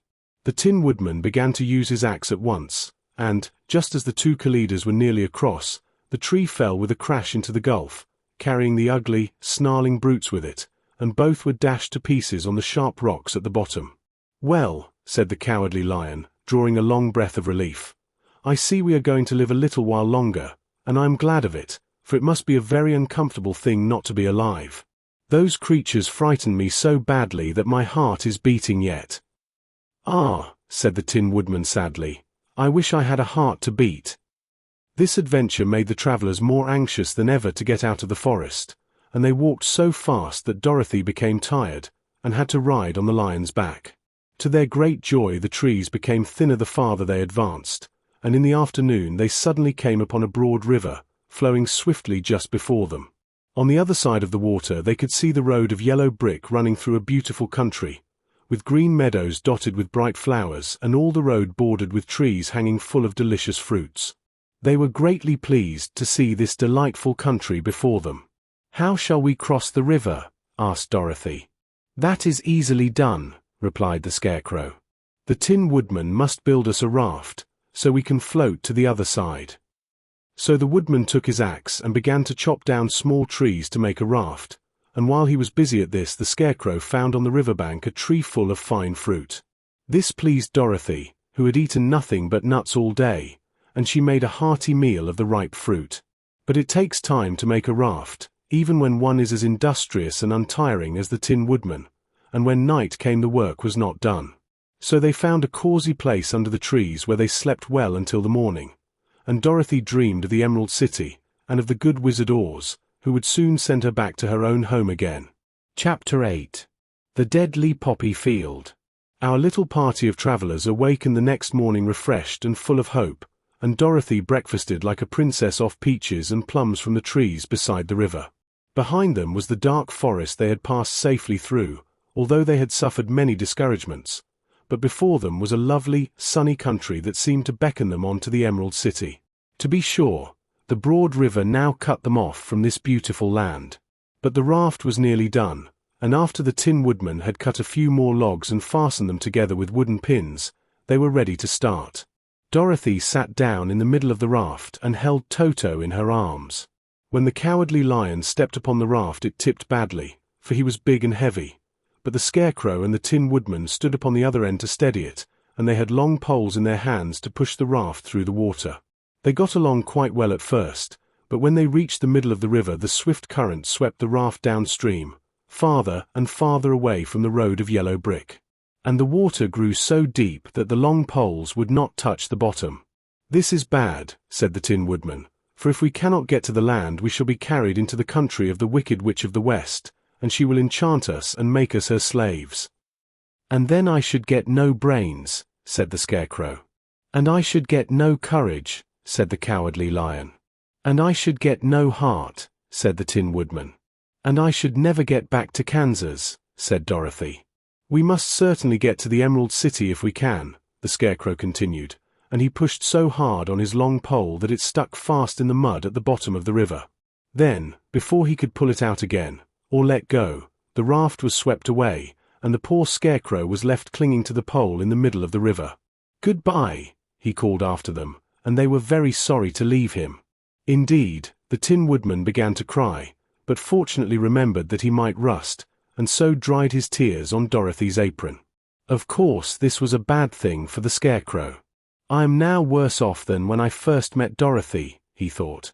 "Then, I was stuck on a pole in a cornfield, where I could make-believe scare the crows, at any rate. But surely there is no use for a scarecrow stuck on a pole in the middle of a river. I am afraid I shall never have any brains, after all." Down the stream the raft floated, and the poor Scarecrow was left far behind. Then the Lion said, "Something must be done to save us. I think I can swim to the shore and pull the raft after me, if you will only hold fast to the tip of my tail." So he sprang into the water, and the Tin Woodman caught fast hold of his tail. Then the Lion began to swim with all his might toward the shore. It was hard work, although he was so big, but by and by they were drawn out of the current, and then Dorothy took the Tin Woodman's long pole and helped push the raft to the land. They were all tired out when they reached the shore at last and stepped off upon the pretty green grass, and they also knew that the stream had carried them a long way past the road of yellow brick that led to the Emerald City. "What shall we do now?" asked the Tin Woodman, as the Lion lay down on the grass to let the sun dry him. "We must get back to the road, in some way," said Dorothy. "The best plan will be to walk along the riverbank until we come to the road again," remarked the Lion. So, when they were rested, Dorothy picked up her basket and they started along the grassy bank, to the road from which the river had carried them. It was a lovely country, with plenty of flowers and fruit trees and sunshine to cheer them, and had they not felt so sorry for the poor Scarecrow, they could have been very happy. They walked along as fast as they could, Dorothy only stopping once to pick a beautiful flower, and after a time the Tin Woodman cried out, "Look!" Then they all looked at the river and saw the Scarecrow perched upon his pole in the middle of the water, looking very lonely and sad. "What can we do to save him?" asked Dorothy. The Lion and the Woodman both shook their heads, for they did not know. So they sat down upon the bank and gazed wistfully at the Scarecrow until a stork flew by, who, upon seeing them, stopped to rest at the water's edge. "Who are you and where are you going?" asked the stork. "I am Dorothy," answered the girl, "and these are my friends, the Tin Woodman and the Cowardly Lion, and we are going to the Emerald City." "This isn't the road," said the stork, as she twisted her long neck and looked sharply at the queer party. "I know it," returned Dorothy, "but we have lost the Scarecrow, and are wondering how we shall get him again." "Where is he?" asked the stork. "Over there in the river," answered the little girl. "If he wasn't so big and heavy I would get him for you," remarked the stork. "He isn't heavy a bit," said Dorothy eagerly, "for he is stuffed with straw, and if you will bring him back to us, we shall thank you ever and ever so much." "Well, I'll try," said the stork. "But if I find he is too heavy to carry I shall have to drop him in the river again." So the big bird flew into the air and over the water till she came to where the Scarecrow was perched upon his pole. Then the stork with her great claws grabbed the Scarecrow by the arm and carried him up into the air and back to the bank, where Dorothy and the Lion and the Tin Woodman and Toto were sitting. When the Scarecrow found himself among his friends again, he was so happy that he hugged them all, even the Lion and Toto, and as they walked along he sang Tol-de-ride-o. At every step, he felt so gay. "I was afraid I should have to stay in the river forever," he said, "but the kind stork saved me, and if I ever get any brains I shall find the stork again and do her some kindness in return." "That's all right," said the stork, who was flying along beside them. "I always like to help anyone in trouble. But I must go now, for my babies are waiting in the nest for me. I hope you will find the Emerald City and that oars will help you." "Thank you," replied Dorothy, and then the kind stork flew into the air and was soon out of sight. They walked along listening to the singing of the brightly colored birds and looking at the lovely flowers which now became so thick that the ground was carpeted with them. There were big yellow and white and blue and purple blossoms, besides great clusters of scarlet poppies, which were so brilliant in color they almost dazzled Dorothy's eyes. "Aren't they beautiful?" the girl asked, as she breathed in the spicy scent of the bright flowers. "I suppose so," answered the Scarecrow. "When I have brains, I shall probably like them better." "If I only had a heart, I should love them," added the Tin Woodman. "I always did like flowers," said the Lion. They seem so helpless and frail. But there are none in the forest so bright as these. They now came upon more and more of the big scarlet poppies, and fewer of the other flowers, and soon they found themselves in the midst of a great meadow of poppies. Now it is well known that when there are many of these flowers together, their odor is so powerful that anyone who breathes it falls asleep, and if the sleeper is not carried away from the scent of the flowers, he sleeps on and on forever.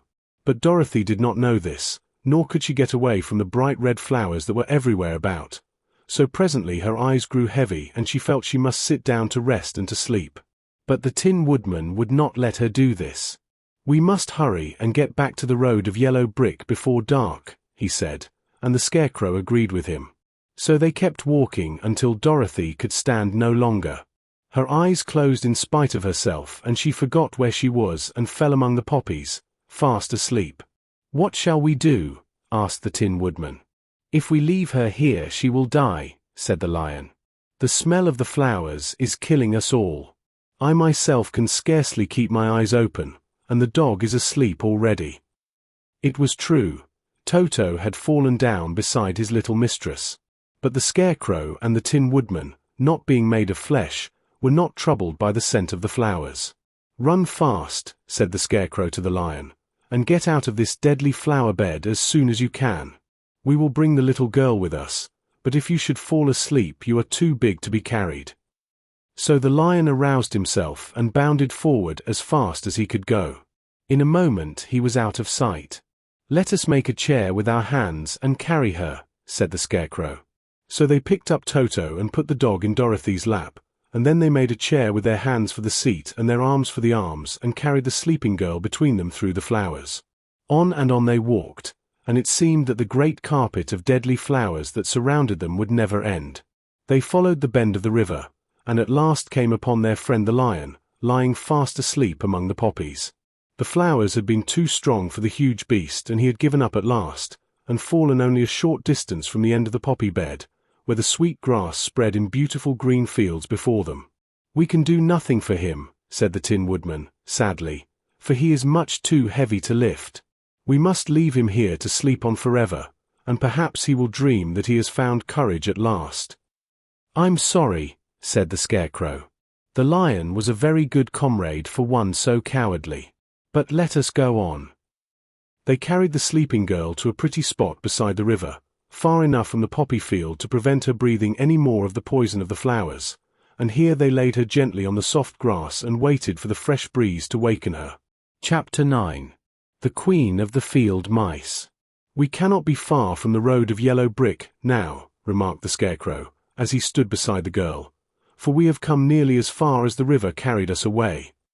The Tin Woodman was about to reply when he heard a low growl, and turning his head, which worked beautifully on hinges, he saw a strange beast come bounding over the grass toward them. It was, indeed, a great yellow wildcat, and the Woodman thought it must be chasing something, for its ears were lying close to its head and its mouth was wide open, showing 2 rows of ugly teeth, while its red eyes glowed like balls of fire.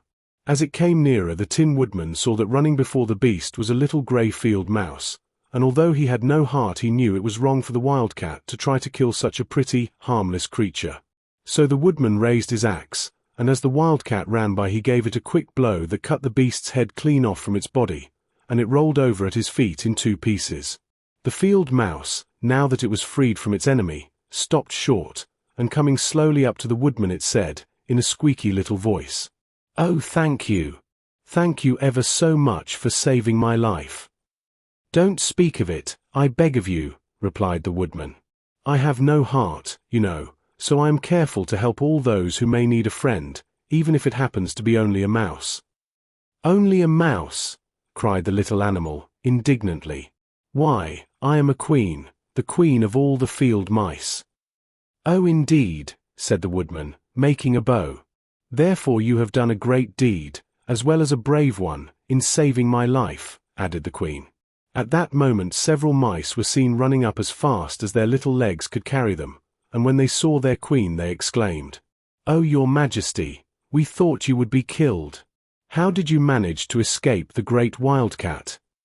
They all bowed so low to the little queen that they almost stood upon their heads. "This funny tin man," she answered, killed the wildcat and saved my life.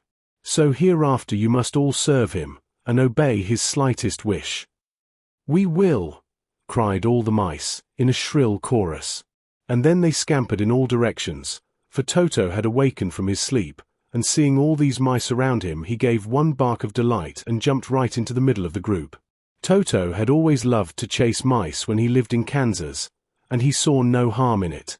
But the Tin Woodman caught the dog in his arms and held him tight, while he called to the mice, "Come back! Come back!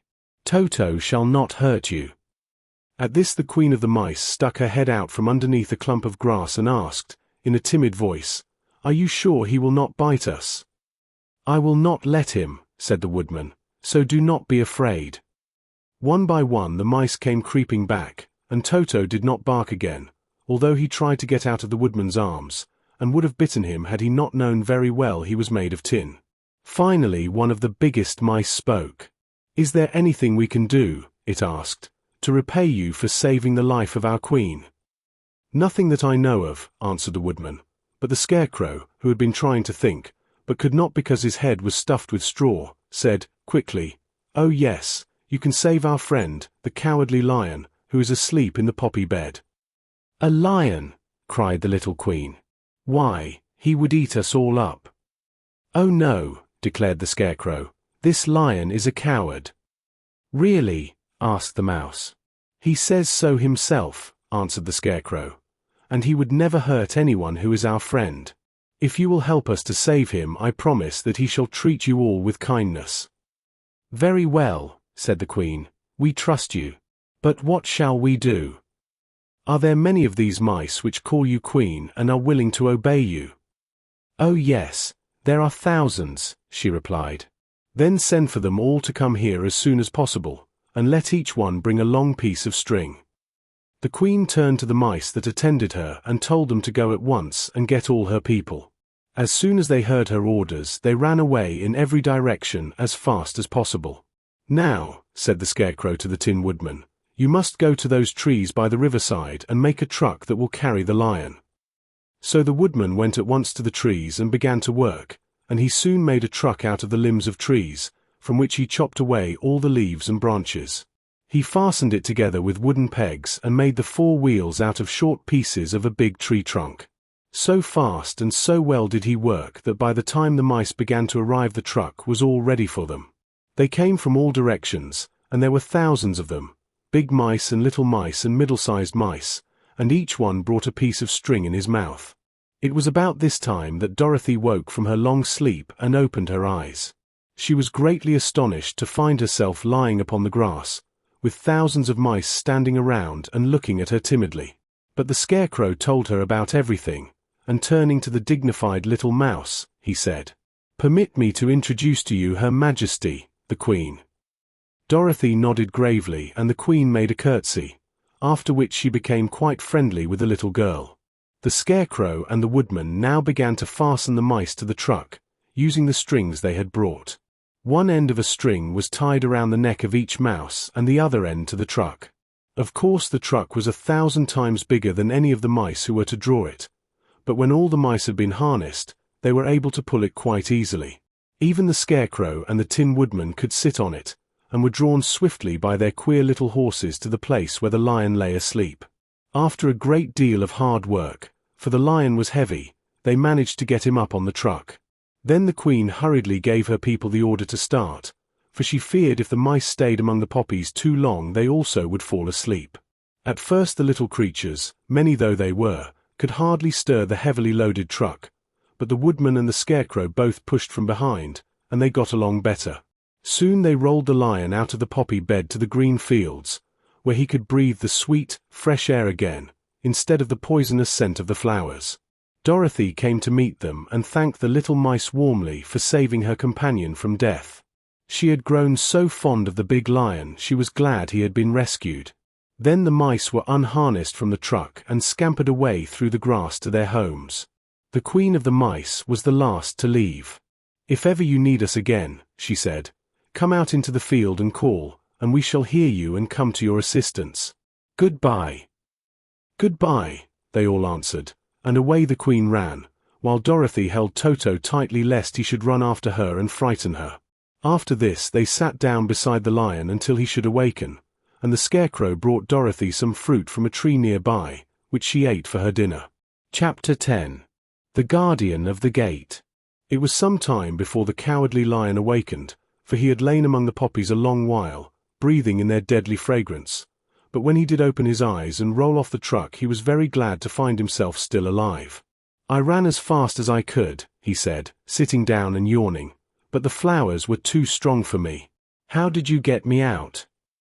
Then they told him of the field mice, and how they had generously saved him from death, and the Cowardly Lion laughed, and said, "I have always thought myself very big and terrible, yet such little things as flowers came near to killing me, and such small animals as mice have saved my life.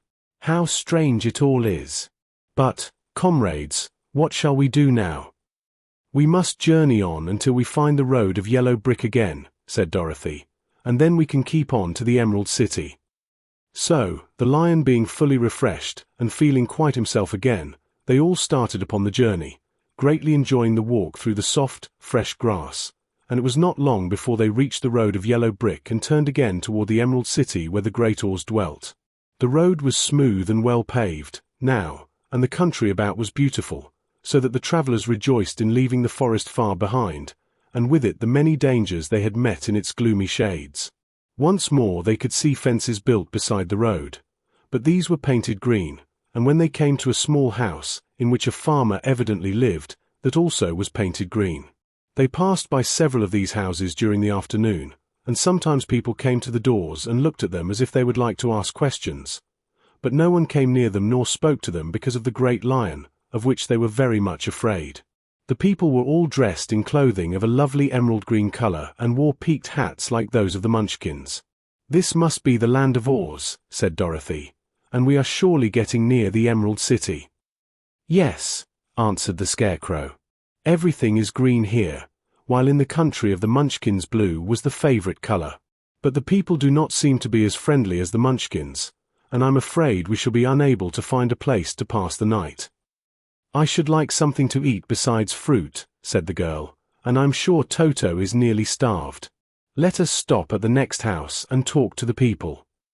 So, when they came to a good-sized farmhouse, Dorothy walked boldly up to the door and knocked. A woman opened it just far enough to look out, and said, "What do you want, child, and why is that great lion with you?" "We wish to pass the night with you, if you will allow us," answered Dorothy, "and the lion is my friend and comrade, and would not hurt you for the world." "Is he tame?" asked the woman, opening the door a little wider. "Oh yes," said the girl, "and he is a great coward, too. He will be more afraid of you than you are of him."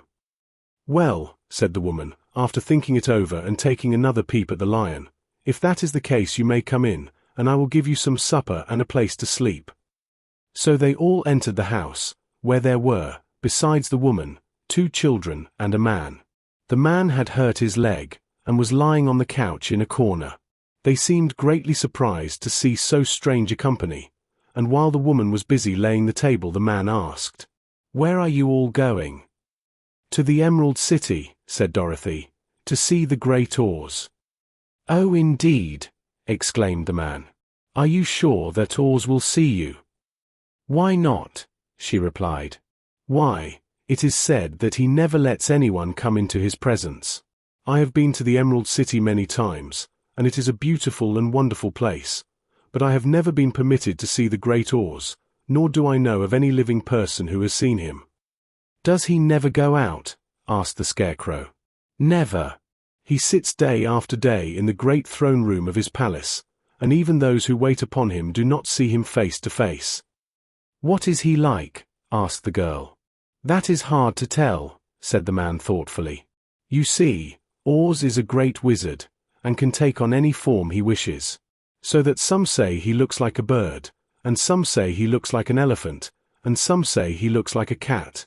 To others he appears as a beautiful fairy, or a brownie, or in any other form that pleases him. But who the real Oars is, when he is in his own form, no living person can tell." "That is very strange," said Dorothy, "but we must try, in some way, to see him, or we shall have made our journey for nothing." "Why do you wish to see the terrible Oz?" asked the man. "I want him to give me some brains," said the Scarecrow eagerly. "Oh, Oz could do that easily enough," declared the man. "He has more brains than he needs." "And I want him to give me a heart," said the Tin Woodman.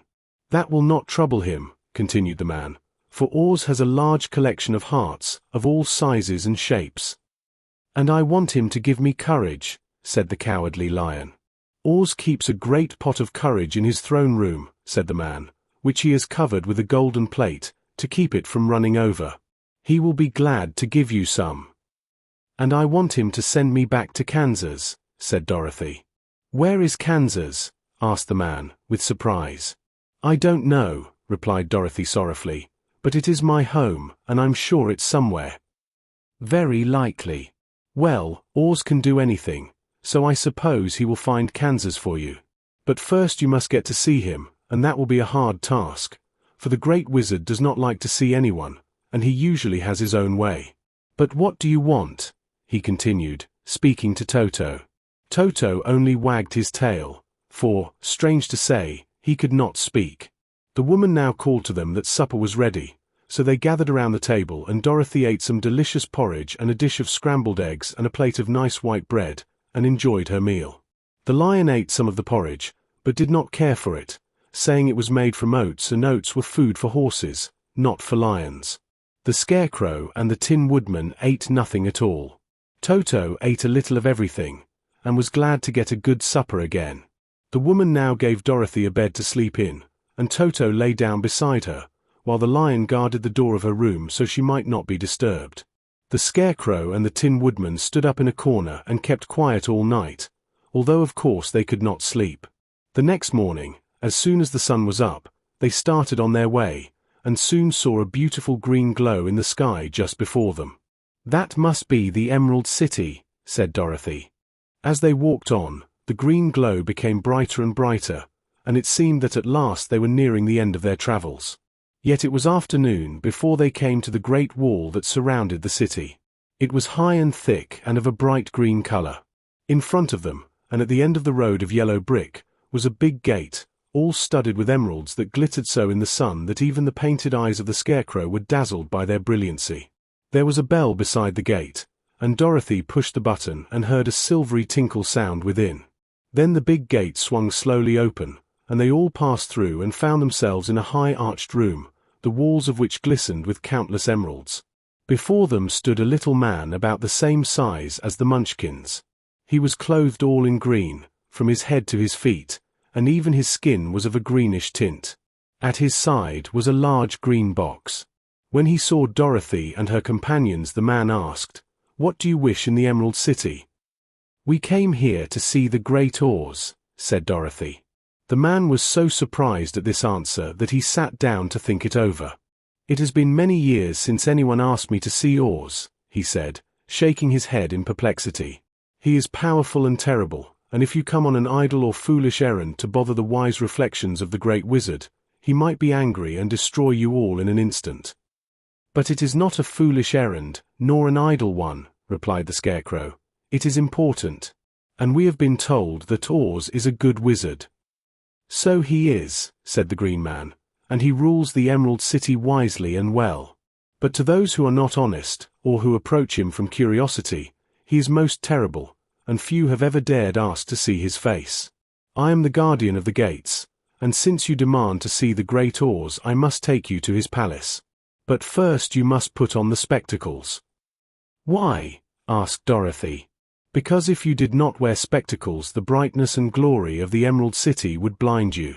Even those who live in the city must wear spectacles night and day. They are all locked on, for Oz so ordered it when the city was first built, and I have the only key that will unlock them."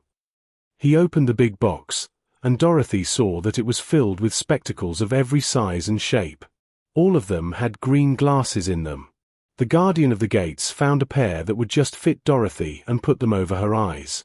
There were 2 golden bands fastened to them that passed around the back of her head, where they were locked together by a little key that was at the end of a chain the guardian of the gates wore around his neck.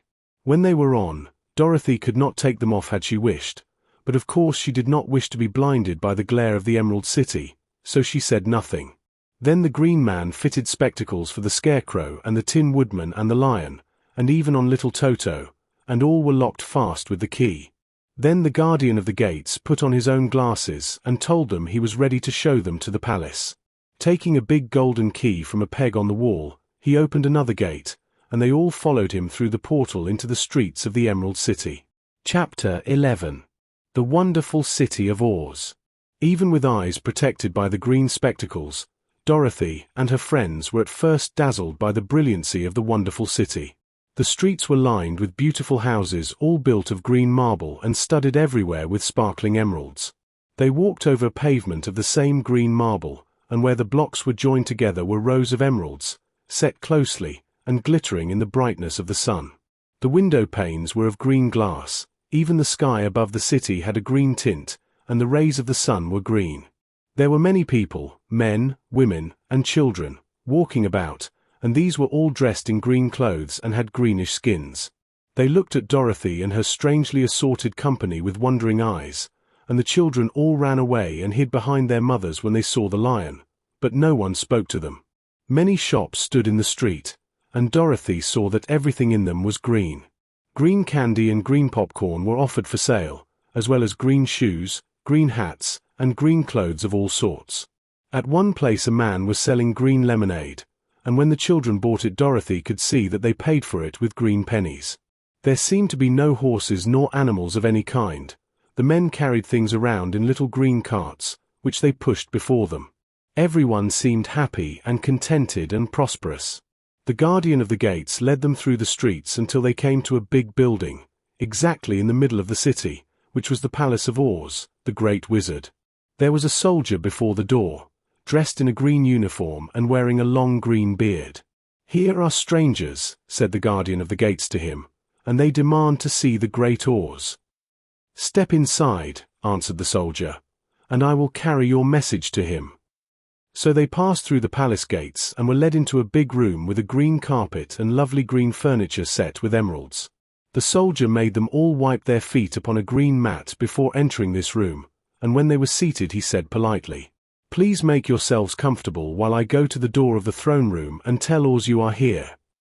They had to wait a long time before the soldier returned. When, at last, he came back, Dorothy asked, "Have you seen Oz?" "Oh no," returned the soldier, "I have never seen him. But I spoke to him as he sat behind his screen and gave him your message. He said he will grant you an audience, if you so desire. But each one of you must enter his presence alone, and he will admit but one each day. Therefore, as you must remain in the palace for several days, I will have you shown to rooms where you may rest in comfort after your journey." "Thank you," replied the girl. "That is very kind of Oz." The soldier now blew upon a green whistle, and at once a young girl, dressed in a pretty green silk gown, entered the room. She had lovely green hair and green eyes, and she bowed low before Dorothy as she said, "Follow me and I will show you your room." So Dorothy said goodbye to all her friends except Toto, and taking the dog in her arms followed the green girl through 7 passages and up 3 flights of stairs until they came to a room at the front of the palace. It was the sweetest little room in the world, with a soft comfortable bed that had sheets of green silk and a green velvet counterpane. There was a tiny fountain in the middle of the room, that shot a spray of green perfume into the air, to fall back into a beautifully carved green marble basin. Beautiful green flowers stood in the windows, and there was a shelf with a row of little green books. When Dorothy had time to open these books she found them full of queer green pictures that made her laugh. They were so funny. In a wardrobe were many green dresses, made of silk and satin and velvet, and all of them fitted Dorothy exactly. "Make yourself perfectly at home," said the green girl, "and if you wish for anything ring the bell.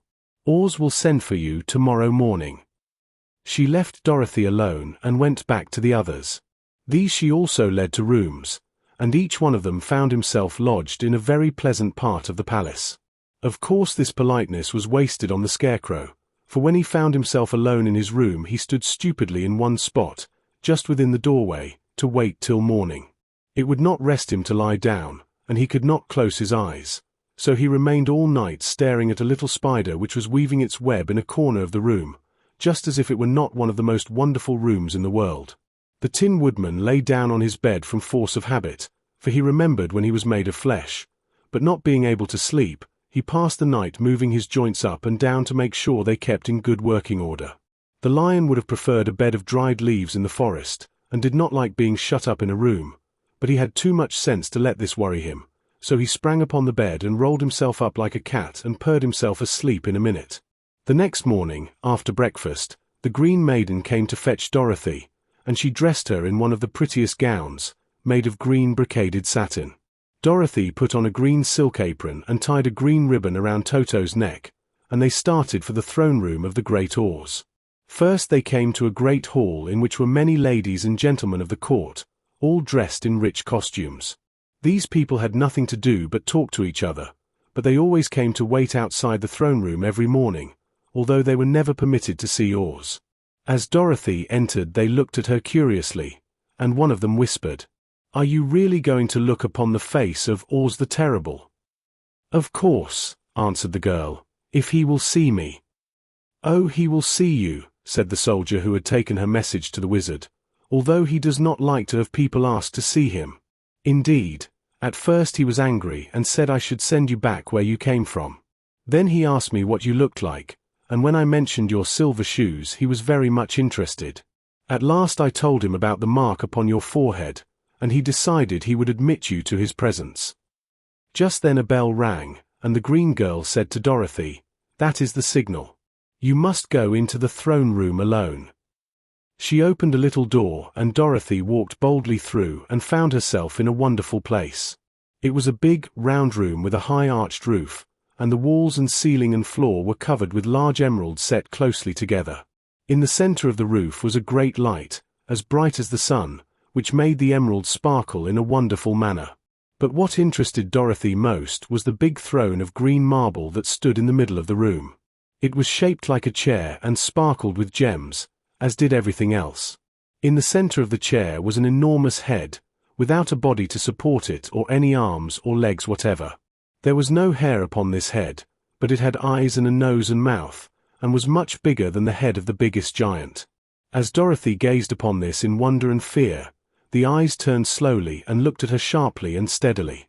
Then the mouth moved, and Dorothy heard a voice say, "I am Oz, the great and terrible. Who are you, and why do you seek me?" It was not such an awful voice as she had expected to come from the big head, so she took courage and answered, "I am Dorothy, the small and meek. I have come to you for help." The eyes looked at her thoughtfully for a full minute. Then said the voice, "Where did you get the silver shoes?" "I got them from the Wicked Witch of the East, when my house fell on her and killed her," she replied. "Where did you get the mark upon your forehead?" continued the voice. "That is where the Good Witch of the North kissed me when she bade me goodbye and sent me to you," said the girl. Again the eyes looked at her sharply, and they saw she was telling the truth. Then Oz asked, "What do you wish me to do?" "Send me back to Kansas, where my Aunt Em and Uncle Henry are," she answered earnestly. "I don't like your country, although it is so beautiful, and I am sure Aunt Em will be dreadfully worried over my being away so long." The eyes winked 3 times, and then they turned up to the ceiling and down to the floor and rolled around so queerly that they seemed to see every part of the room. And at last they looked at Dorothy again. "Why should I do this for you?" asked Oz. "Because you are strong and I am weak, because you are a great wizard and I am only a little girl." "But you were strong enough to kill the Wicked Witch of the East," said Oz. "That just happened," returned Dorothy simply. "I could not help it." "Well," said the head, "I will give you my answer. You have no right to expect me to send you back to Kansas unless you do something for me in return. In this country, everyone must pay for everything he gets. If you wish me to use my magic power to send you home again, you must do something for me first. Help me and I will help you." "What must I do?" asked the girl. "Kill the Wicked Witch of the West," answered Oz. "But I cannot," exclaimed Dorothy, greatly surprised. "You killed the Witch of the East and you wear the silver shoes, which bear a powerful charm. There is now but one wicked witch left in all this land, and when you can tell me she is dead I will send you back to Kansas, but not before." The little girl began to weep, she was so much disappointed, and the eyes winked again and looked upon her anxiously, as if the great Oz felt that she could help him if she would. "I never killed anything, willingly," she sobbed. "Even if I wanted to, how could I kill the wicked witch? If you, who are great and terrible, cannot kill her yourself, how do you expect me to do it?" "I do not know," said the head, "but that is my answer, and until the wicked witch dies you will not see your uncle and aunt again. Remember that the witch is wicked, tremendously wicked, and ought to be killed. Now go, and do not ask to see me again until you have done your task." Sorrowfully Dorothy left the throne room and went back where the lion and the Scarecrow and the Tin Woodman were waiting to hear what Oz had said to her. "There is no hope for me," she said sadly, "for Oz will not send me home until I have killed the Wicked Witch of the West, and that I can never do." Her friends were sorry, but could do nothing to help her, so Dorothy went to her own room and lay down on the bed and cried herself to sleep. The next morning the soldier with the green whiskers came to the Scarecrow and said, "Come with me, for Oz has sent for you." So the Scarecrow followed him and was admitted into the great throne room, where he saw, sitting in the emerald throne, a most lovely lady. She was dressed in green silk gauze and wore upon her flowing green locks a crown of jewels. Growing from her shoulders were wings, gorgeous in color and so light that they fluttered if the slightest breath of air reached them. When the Scarecrow had bowed, as prettily as his straw stuffing would let him, before this beautiful creature, she looked upon him sweetly, and said, "I am Oz, the great and terrible. Who are you, and why do you seek me?" Now the Scarecrow, who had expected to see the great head Dorothy had told him of, was much astonished, but he answered her bravely, "I am only a scarecrow, stuffed with straw. Therefore I have no brains, and I come to you praying that you will put brains in my head instead of straw, so that I may become as much a man as any other in your dominions." "Why should I do this for you?" asked the lady. "Because you are wise and powerful, and no one else can help me," answered the Scarecrow. "I never grant favors without some return," said Oz, "but this much I will promise. If you will kill for me the Wicked Witch of the West, I will bestow upon you a great many brains, and such good brains that you will be the wisest man in all the land of Oz." "I thought you asked Dorothy to kill the witch," said the Scarecrow, in surprise. "So I did. I don't care who kills her. But until she is dead I will not grant your wish. Now go, and do not seek me again until you have earned the brains you so greatly desire." The Scarecrow went sorrowfully back to his friends and told them what Oz had said, and Dorothy was surprised to find that the great wizard was not a head, as she had seen him, but a lovely lady. "All the same," said the Scarecrow, "she needs a heart as much as the Tin Woodman." On the next morning the soldier with the green whiskers came to the Tin Woodman and said, "Oz has sent for you. Follow me." So the Tin Woodman followed him and came to the great throne room. He did not know whether he would find Oz a lovely lady or a head, but he hoped it would be the lovely lady. "For," he said to himself, "if it is the head, I am sure I shall not be given a heart, since a head has no heart of its own and therefore cannot feel for me. But if it is the lovely lady I shall beg hard for a heart, for all ladies are themselves said to be kindly-hearted." But when the woodman entered the great throne room he saw neither the head nor the lady, for Oz had taken the shape of a most terrible beast. It was nearly as big as an elephant, and the green throne seemed hardly strong enough to hold its weight. The beast had a head like that of a rhinoceros, only there were 5 eyes in its face. There were 5 long arms growing out of its body, and it also had 5 long, slim legs. Thick, woolly hair covered every part of it, and a more dreadful-looking monster could not be imagined. It was fortunate the Tin Woodman had no heart at that moment, for it would have beat loud and fast from terror. But being only tin, the woodman was not at all afraid, although he was much disappointed. "I am Oz, the great and terrible," spoke the beast, in a voice that was one great roar. "Who are you, and why do you seek me?" "I am a woodman, and made of tin. Therefore I have no heart, and cannot love. I pray you to give me a heart that I may be as other men are." "Why should I do this?" demanded the beast. "Because I ask it, and you alone can grant my request," answered the woodman. Oz gave a low growl at this, but said, gruffly, "If you indeed desire a heart, you must earn it." "How?" asked the woodman. "Help Dorothy to kill the wicked witch of the West," replied the beast. "When the witch is dead, come to me, and I will then give you the biggest and kindest and most loving heart in all the land of Oz." So the Tin Woodman was forced to return sorrowfully to his friends and tell them of the terrible beast he had seen.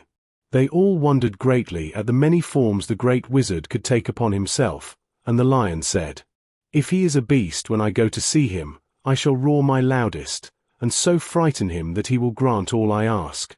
And if he is the lovely lady, I shall pretend to spring upon her, and so compel her to do my bidding. And if he is the great head, he will be at my mercy, for I will roll this head all about the room until he promises to give us what we desire. So be of good cheer, my friends, for all will yet be well." The next morning the soldier with the green whiskers led the lion to the great throne room and bade him enter the presence of Oz. The lion at once passed through the door, and glancing around saw, to his surprise, that before the throne was a ball of fire, so fierce and glowing he could scarcely bear to gaze upon it. His first thought was that Oz had by accident caught on fire and was burning up, but when he tried to go nearer, the heat was so intense that it singed his whiskers, and he crept back tremblingly to a spot nearer the door. Then a low, quiet voice came from the ball of fire, and these were the words it spoke. "I am Oz, the great and terrible. Who are you, and why do you seek me?" And the lion answered, "I am a cowardly lion, afraid of everything. I came to you to beg that you give me courage, so that in reality I may become the king of beasts, as men call me." "Why should I give you courage?" demanded Oz. "Because of all wizards you are the greatest, and alone have power to grant my request," answered the lion. The ball of fire burned fiercely for a time, and the voice said, "Bring me proof that the wicked witch is dead, and that moment I will give you courage. But as long as the witch lives, you must remain a coward." The lion was angry at this speech, but could say nothing in reply, and while he stood silently gazing at the ball of fire it became so furiously hot that he turned tail and rushed from the room. He was glad to find his friends waiting for him, and told them of his terrible interview with the wizard. "What shall we do now?" asked Dorothy sadly. "There is only one thing we can do," returned the lion, "and that is to go to the land of the Winkies, seek out the wicked witch, and destroy her." "But suppose we cannot," said the girl. "Then I shall never have courage," declared the lion. "And I shall never have brains," added the Scarecrow. "And I shall never have a heart," spoke the Tin Woodman. "And I shall never see Aunt Em and Uncle Henry," said Dorothy, beginning to cry. "Be careful," cried the green girl. "The tears will fall on your green silk gown and spot it." So Dorothy dried her eyes and said, "I suppose we must try it, but I am sure I do not want to kill anybody, even to see Aunt Em again." "I will go with you, but I'm too much of a coward to kill the witch," said the lion. "I will go too," declared the Scarecrow, "but I shall not be of much help to you, I am such a fool." "I haven't the heart to harm even a witch," remarked the Tin Woodman, "but if you go I certainly shall go with you." Therefore it was decided to start upon their journey the next morning, and the woodman sharpened his axe on a green grindstone and had all his joints properly oiled. The Scarecrow stuffed himself with fresh straw, and Dorothy put new paint on his eyes that he might see better. The green girl, who was very kind to them, filled Dorothy's basket with good things to eat, and fastened a little bell around Toto's neck with a green ribbon. They went to bed quite early and slept soundly until daylight, when they were awakened by the crowing of a green cock that lived in the backyard of the palace, and the cackling of a hen that had laid a green egg. Chapter 12. The Search for the Wicked Witch. The soldier with the green whiskers led them through the streets of the Emerald City until they reached the room where the guardian of the gates lived. This officer unlocked their spectacles to put them back in his great box, and then he politely opened the gate for our friends. "Which road leads to the Wicked Witch of the West?" asked Dorothy. "There is no road," answered the guardian of the gates. "No one ever wishes to go that way." "How, then, are we to find her?" inquired the girl. "That will be easy," replied the man, "for when she knows you are in the country of the Winkies she will find you, and make you all her slaves."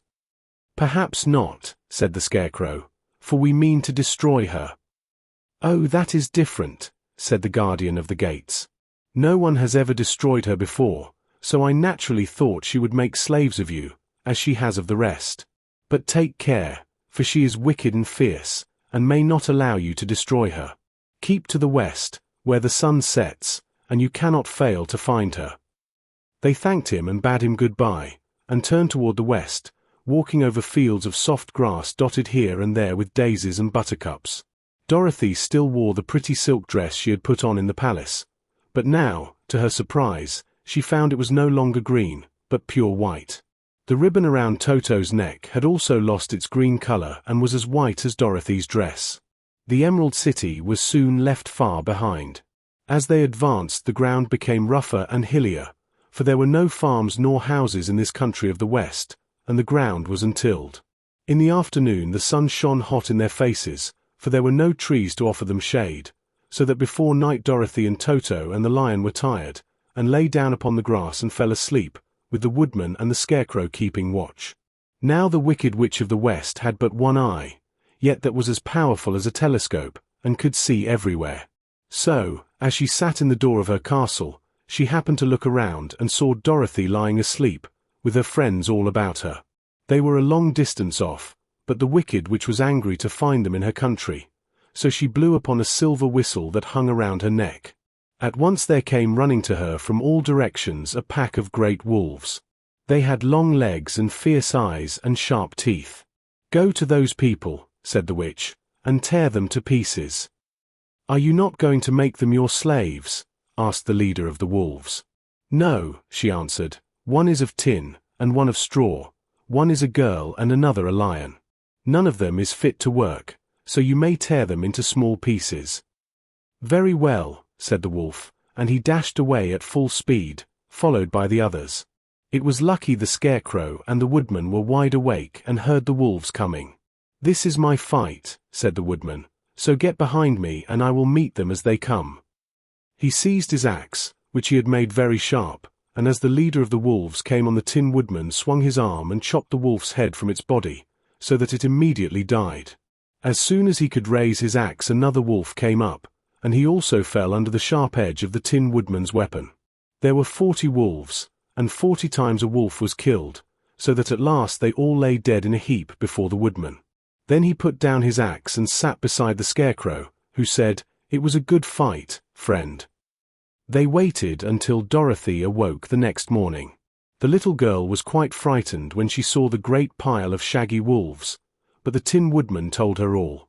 She thanked him for saving them and sat down to breakfast, after which they started again upon their journey. Now this same morning the Wicked Witch came to the door of her castle and looked out with her one eye that could see far off. She saw all her wolves lying dead, and the strangers still traveling through her country. This made her angrier than before, and she blew her silver whistle twice. Straightway a great flock of wild crows came flying toward her, enough to darken the sky. And the Wicked Witch said to the King Crow, "Fly at once to the strangers, peck out their eyes and tear them to pieces." The wild crows flew in one great flock toward Dorothy and her companions. When the little girl saw them coming she was afraid. But the Scarecrow said, "This is my battle, so lie down beside me and you will not be harmed." So they all lay upon the ground except the Scarecrow, and he stood up and stretched out his arms. And when the crows saw him they were frightened, as these birds always are by scarecrows, and did not dare to come any nearer. But the King Crow said, "It is only a stuffed man. I will peck his eyes out." The King Crow flew at the Scarecrow, who caught it by the head and twisted its neck until it died. And then another crow flew at him, and the Scarecrow twisted its neck also. There were 40 crows, and 40 times the Scarecrow twisted a neck, until at last all were lying dead beside him. Then he called to his companions to rise, and again they went upon their journey. When the Wicked Witch looked out again and saw all her crows lying in a heap, she got into a terrible rage, and blew 3 times upon her silver whistle. Forthwith there was heard a great buzzing in the air, and a swarm of black bees came flying toward her. "Go to the strangers and sting them to death," commanded the witch, and the bees turned and flew rapidly until they came to where Dorothy and her friends were walking. But the woodman had seen them coming, and the Scarecrow had decided what to do. "Take out my straw and scatter it over the little girl and the dog and the lion," he said to the woodman, "and the bees cannot sting them." This the woodman did, and as Dorothy lay close beside the lion and held Toto in her arms, the straw covered them entirely. The bees came and found no one but the woodman to sting, so they flew at him and broke off all their stings against the tin, without hurting the woodman at all. And as bees cannot live when their stings are broken, that was the end of the black bees, and they lay scattered thick about the woodman, like little heaps of fine coal. Then Dorothy and the lion got up, and the girl helped the Tin Woodman put the straw back into the Scarecrow again, until he was as good as ever. So they started upon their journey once more. The Wicked Witch was so angry when she saw her black bees in little heaps like fine coal that she stamped her foot and tore her hair and gnashed her teeth. And then she called a dozen of her slaves, who were the Winkies, and gave them sharp spears, telling them to go to the strangers and destroy them. The Winkies were not a brave people, but they had to do as they were told.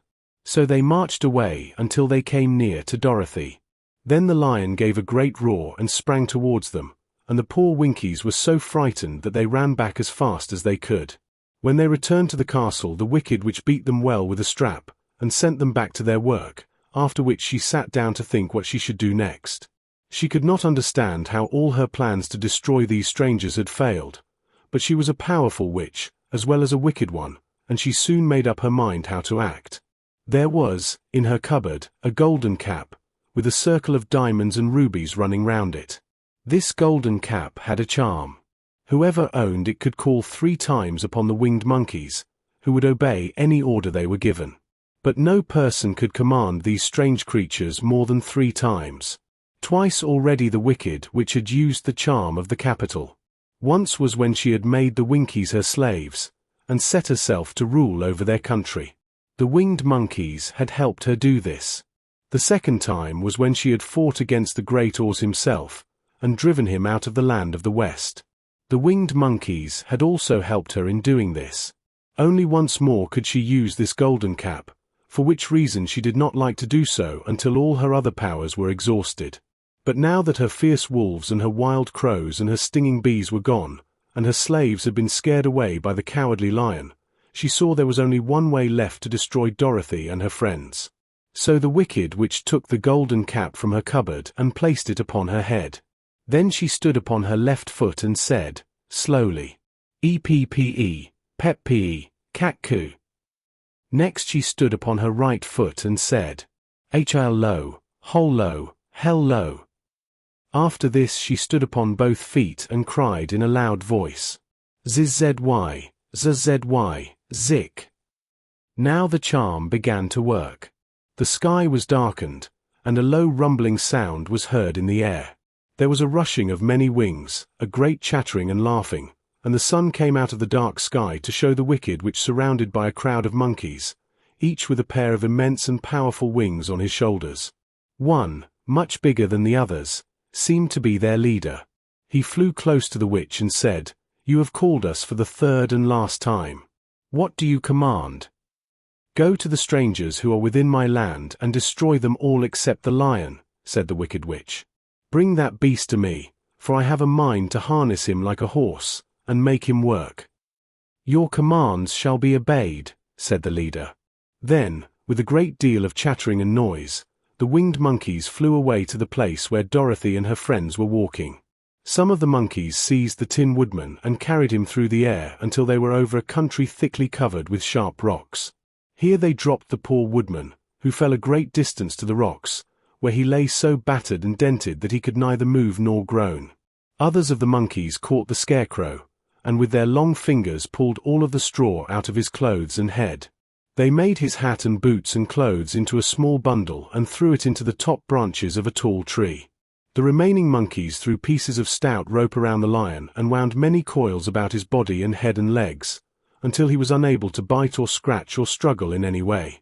Then they lifted him up and flew away with him to the witch's castle, where he was placed in a small yard with a high iron fence around it, so that he could not escape. But Dorothy they did not harm at all. She stood, with Toto in her arms, watching the sad fate of her comrades and thinking it would soon be her turn. The leader of the winged monkeys flew up to her, his long, hairy arms stretched out and his ugly face grinning terribly. But he saw the mark of the good witch's kiss upon her forehead and stopped short, motioning the others not to touch her. "We dare not harm this little girl," he said to them, "for she is protected by the power of good, and that is greater than the power of evil. All we can do is to carry her to the castle of the wicked witch and leave her there." So, carefully and gently, they lifted Dorothy in their arms and carried her swiftly through the air until they came to the castle, where they set her down upon the front doorstep. Then the leader said to the witch, "We have obeyed you as far as we were able. The Tin Woodman and the Scarecrow are destroyed, and the lion is tied up in your yard. The little girl we dare not harm, nor the dog she carries in her arms. Your power over our band is now ended, and you will never see us again." Then all the winged monkeys, with much laughing and chattering and noise, flew into the air and were soon out of sight. The wicked witch was both surprised and worried when she saw the mark on Dorothy's forehead, for she knew well that neither the winged monkeys nor she, herself, dare hurt the girl in any way. She looked down at Dorothy's feet, and seeing the silver shoes, began to tremble with fear, for she knew what a powerful charm belonged to them.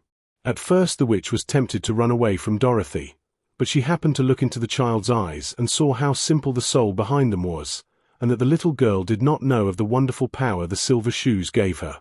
So the wicked witch laughed to herself, and thought, "I can still make her my slave, for she does not know how to use her power."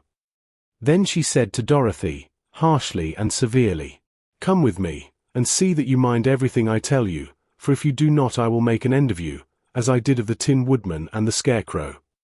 Dorothy followed her through many of the beautiful rooms in her castle until they came to the kitchen, where the witch bade her clean the pots and kettles and sweep the floor and keep the fire fed with wood. Dorothy went to work meekly, with her mind made up to work as hard as she could, for she was glad the wicked witch had decided not to kill her. With Dorothy hard at work, the witch thought she would go into the courtyard and harness the cowardly lion like a horse. It would amuse her, she was sure, to make him draw her chariot whenever she wished to go to drive. But as she opened the gate the lion gave a loud roar and bounded at her so fiercely that the witch was afraid, and ran out and shut the gate again. "If I cannot harness you," said the witch to the lion, speaking through the bars of the gate, "I can starve you. You shall have nothing to eat until you do as I wish." So after that she took no food to the imprisoned lion, but every day she came to the gate at noon and asked, "Are you ready to be harnessed like a horse?" And the lion would answer, "No. If you come in this yard, I will bite you." The reason the lion did not have to do as the witch wished was that every night, while the woman was asleep, Dorothy carried him food from the cupboard. After he had eaten he would lie down on his bed of straw, and Dorothy would lie beside him and put her head on his soft, shaggy manner, while they talked of their troubles and tried to plan some way to escape. But they could find no way to get out of the castle, for it was constantly guarded by the yellow Winkies, who were the slaves of the wicked witch and too afraid of her not to do as she told them. The girl had to work hard during the day, and often the witch threatened to beat her with the same old umbrella she always carried in her hand. But, in truth, she did not dare to strike Dorothy, because of the mark upon her forehead. The child did not know this, and was full of fear for herself and Toto. Once the witch struck Toto a blow with her umbrella and the brave little dog flew at her and bit her leg in return. The witch did not bleed where she was bitten, for she was so wicked that the blood in her had dried up many years before. Dorothy's life became very sad as she grew to understand that it would be harder than ever to get back to Kansas and Aunt Em again. Sometimes she would cry bitterly for hours, with Toto sitting at her feet and looking into her face, whining dismally to show how sorry he was for his little mistress. Toto did not really care whether he was in Kansas or the Land of Oz so long as Dorothy was with him.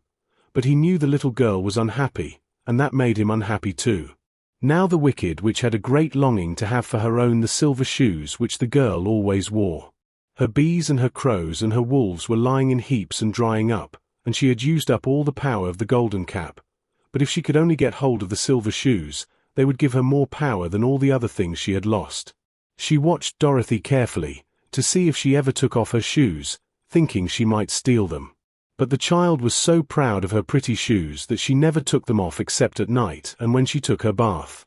The witch was too much afraid of the dark to dare go in Dorothy's room at night to take the shoes, and her dread of water was greater than her fear of the dark, so she never came near when Dorothy was bathing. Indeed, the old witch never touched water, nor ever let water touch her in any way. But the wicked creature was very cunning, and she finally thought of a trick that would give her what she wanted. She placed a bar of iron in the middle of the kitchen floor, and then by her magic arts made the iron invisible to human eyes, so that when Dorothy walked across the floor she stumbled over the bar, not being able to see it, and fell at full length. She was not much hurt, but in her fall one of the silver shoes came off, and before she could reach it, the witch had snatched it away and put it on her own skinny foot. The wicked woman was greatly pleased with the success of her trick, for as long as she had one of the shoes she owned half the power of their charm, and Dorothy could not use it against her, even had she known how to do so. The little girl, seeing she had lost one of her pretty shoes, grew angry, and said to the witch, "Give me back my shoe." "I will not," retorted the witch, "for it is now my shoe, and not yours." "You are a wicked creature," cried Dorothy. "You have no right to take my shoe from me."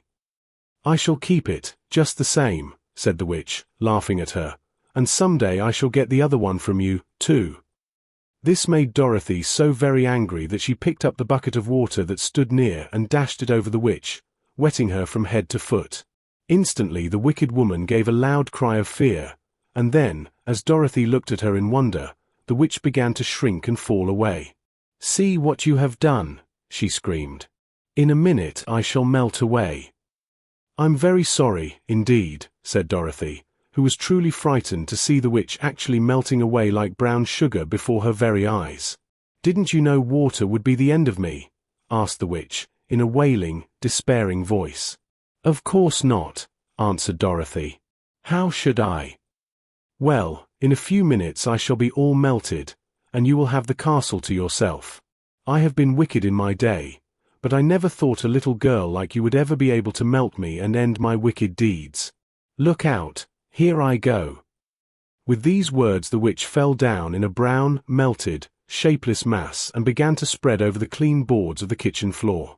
Seeing that she had really melted away to nothing, Dorothy drew another bucket of water and threw it over the mess. She then swept it all out the door. After picking out the silver shoe, which was all that was left of the old woman, she cleaned and dried it with a cloth, and put it on her foot again. Then, being at last free to do as she chose, she ran out to the courtyard to tell the lion that the Wicked Witch of the West had come to an end, and that they were no longer prisoners in a strange land. Chapter 13. The Rescue.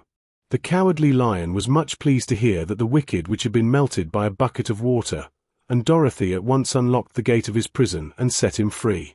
They went in together to the castle, where Dorothy's first act was to call all the Winkies together and tell them that they were no longer slaves. There was great rejoicing among the yellow Winkies, for they had been made to work hard during many years for the Wicked Witch, who had always treated them with great cruelty. They kept this day as a holiday, then and ever after, and spent the time in feasting and dancing. "If our friends, the Scarecrow and the Tin Woodman, were only with us," said the lion, "I should be quite happy." "Don't you suppose we could rescue them?" asked the girl anxiously. "We can try," answered the lion. So they called the yellow Winkies and asked them if they would help to rescue their friends, and the Winkies said that they would be delighted to do all in their power for Dorothy, who had set them free from bondage. So she chose a number of the Winkies who looked as if they knew the most, and they all started away. They traveled that day and part of the next until they came to the rocky plain where the Tin Woodman lay, all battered and bent. His axe was near him, but the blade was rusted and the handle broken off short.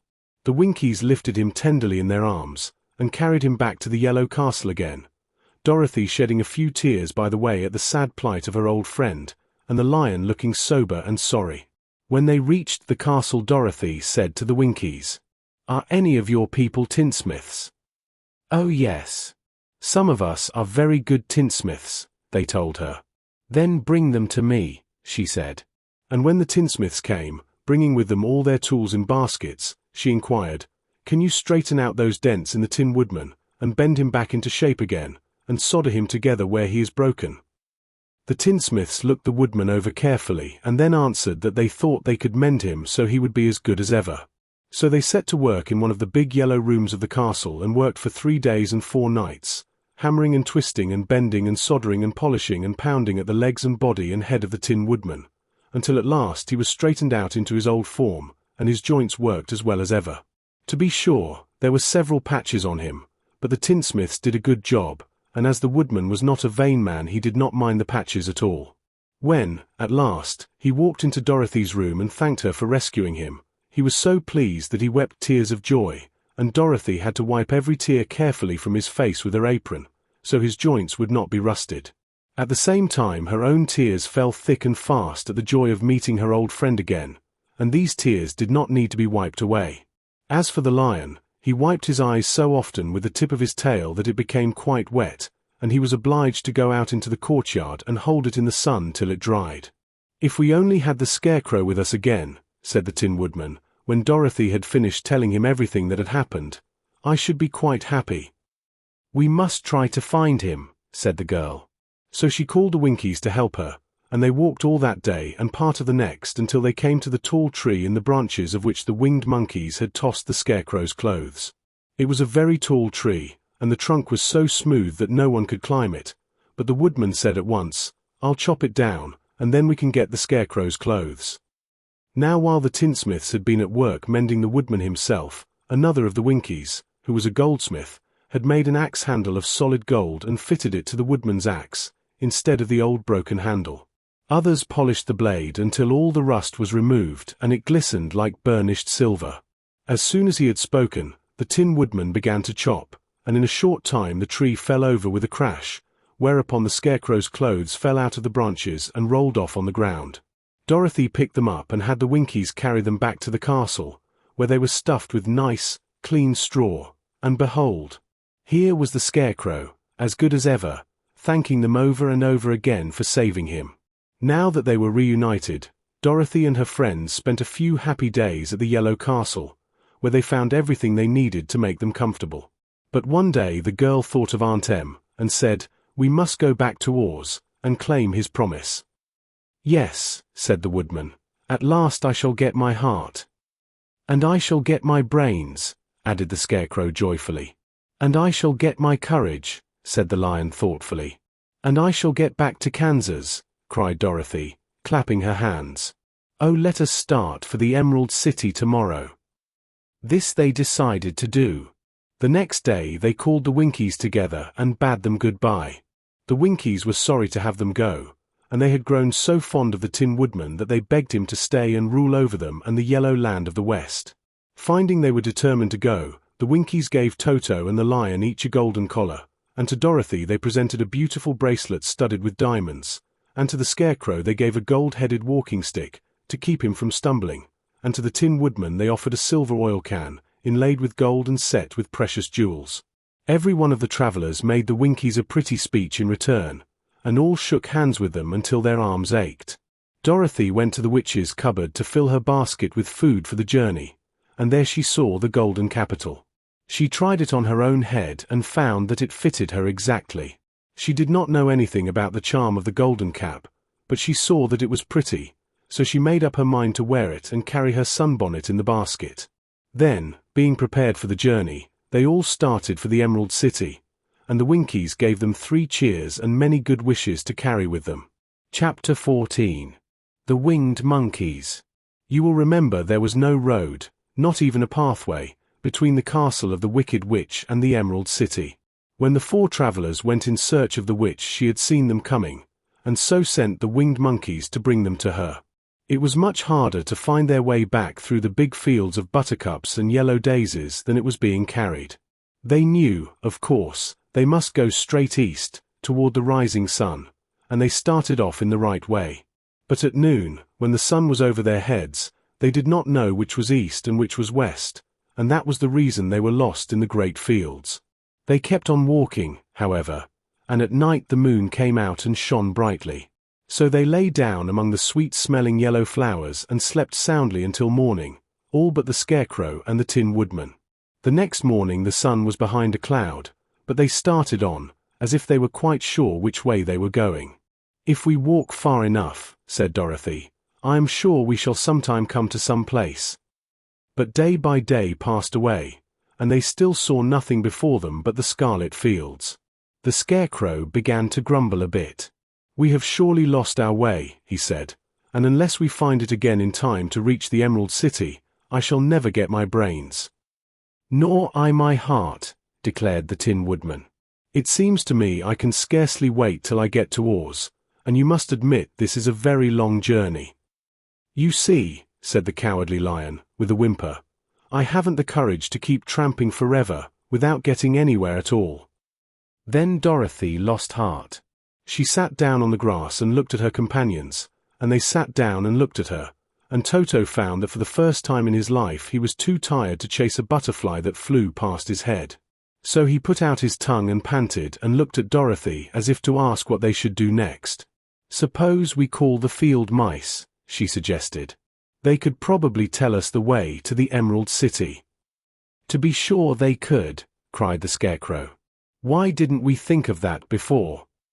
Dorothy blew the little whistle she had always carried about her neck since the Queen of the Mice had given it to her. In a few minutes they heard the pattering of tiny feet, and many of the small grey mice came running up to her. Among them was the Queen herself, who asked, in her squeaky little voice, "What can I do for my friends?" "We have lost our way," said Dorothy. "Can you tell us where the Emerald City is?" "Certainly," answered the Queen, "but it is a great way off, for you have had it at your backs all this time." Then she noticed Dorothy's golden cap, and said, "Why don't you use the charm of the cap, and call the winged monkeys to you? They will carry you to the city of Oz in less than an hour." "I didn't know there was a charm," answered Dorothy, in surprise. "What is it?" "It is written inside the golden cap," replied the Queen of the Mice. "But if you are going to call the winged monkeys we must run away, for they are full of mischief and think it great fun to plague us." "Won't they hurt me?" asked the girl anxiously. "Oh no. They must obey the wearer of the capital goodbye." And she scampered out of sight, with all the mice hurrying after her. Dorothy looked inside the golden cap and saw some words written upon the lining. These, she thought, must be the charm, so she read the directions carefully and put the cap upon her head. "EPPE, Pep-P, Cat-Coo," she said, standing on her left foot. "What did you say?" asked the Scarecrow, who did not know what she was doing. "HL-Low, Hole-Low, Hell-Low." Dorothy went on, standing this time on her right foot. "Hello," replied the Tin Woodman calmly. "ZZY, ZZY, Zik," said Dorothy, who was now standing on both feet. This ended the saying of the charm, and they heard a great chattering and flapping of wings, as the band of winged monkeys flew up to them. The king bowed low before Dorothy, and asked, "What is your command?" "We wish to go to the Emerald City," said the child, "and we have lost our way." "We will carry you," replied the king, and no sooner had he spoken than two of the monkeys caught Dorothy in their arms and flew away with her. Others took the Scarecrow and the Woodman and the Lion, and one little monkey seized Toto and flew after them, although the dog tried hard to bite him. The Scarecrow and the Tin Woodman were rather frightened at first, for they remembered how badly the winged monkeys had treated them before, but they saw that no harm was intended, so they rode through the air quite cheerfully, and had a fine time looking at the pretty gardens and woods far below them. Dorothy found herself riding easily between two of the biggest monkeys, one of them the king himself. They had made a chair of their hands and were careful not to hurt her. "Why do you have to obey the charm of the golden cap?" she asked. "That is a long story," answered the king, with a winged laugh. "But as we have a long journey before us, I will pass the time by telling you about it, if you wish." "I shall be glad to hear it," she replied. "Once," began the leader, "we were a free people, living happily in the great forest, flying from tree to tree, eating nuts and fruit, and doing just as we pleased without calling anybody master.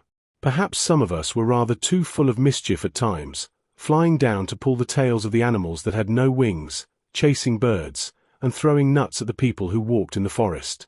But we were careless and happy and full of fun, and enjoyed every minute of the day. This was many years ago, long before Oz came out of the clouds to rule over this land. There lived here then, away at the north, a beautiful princess, who was also a powerful sorceress.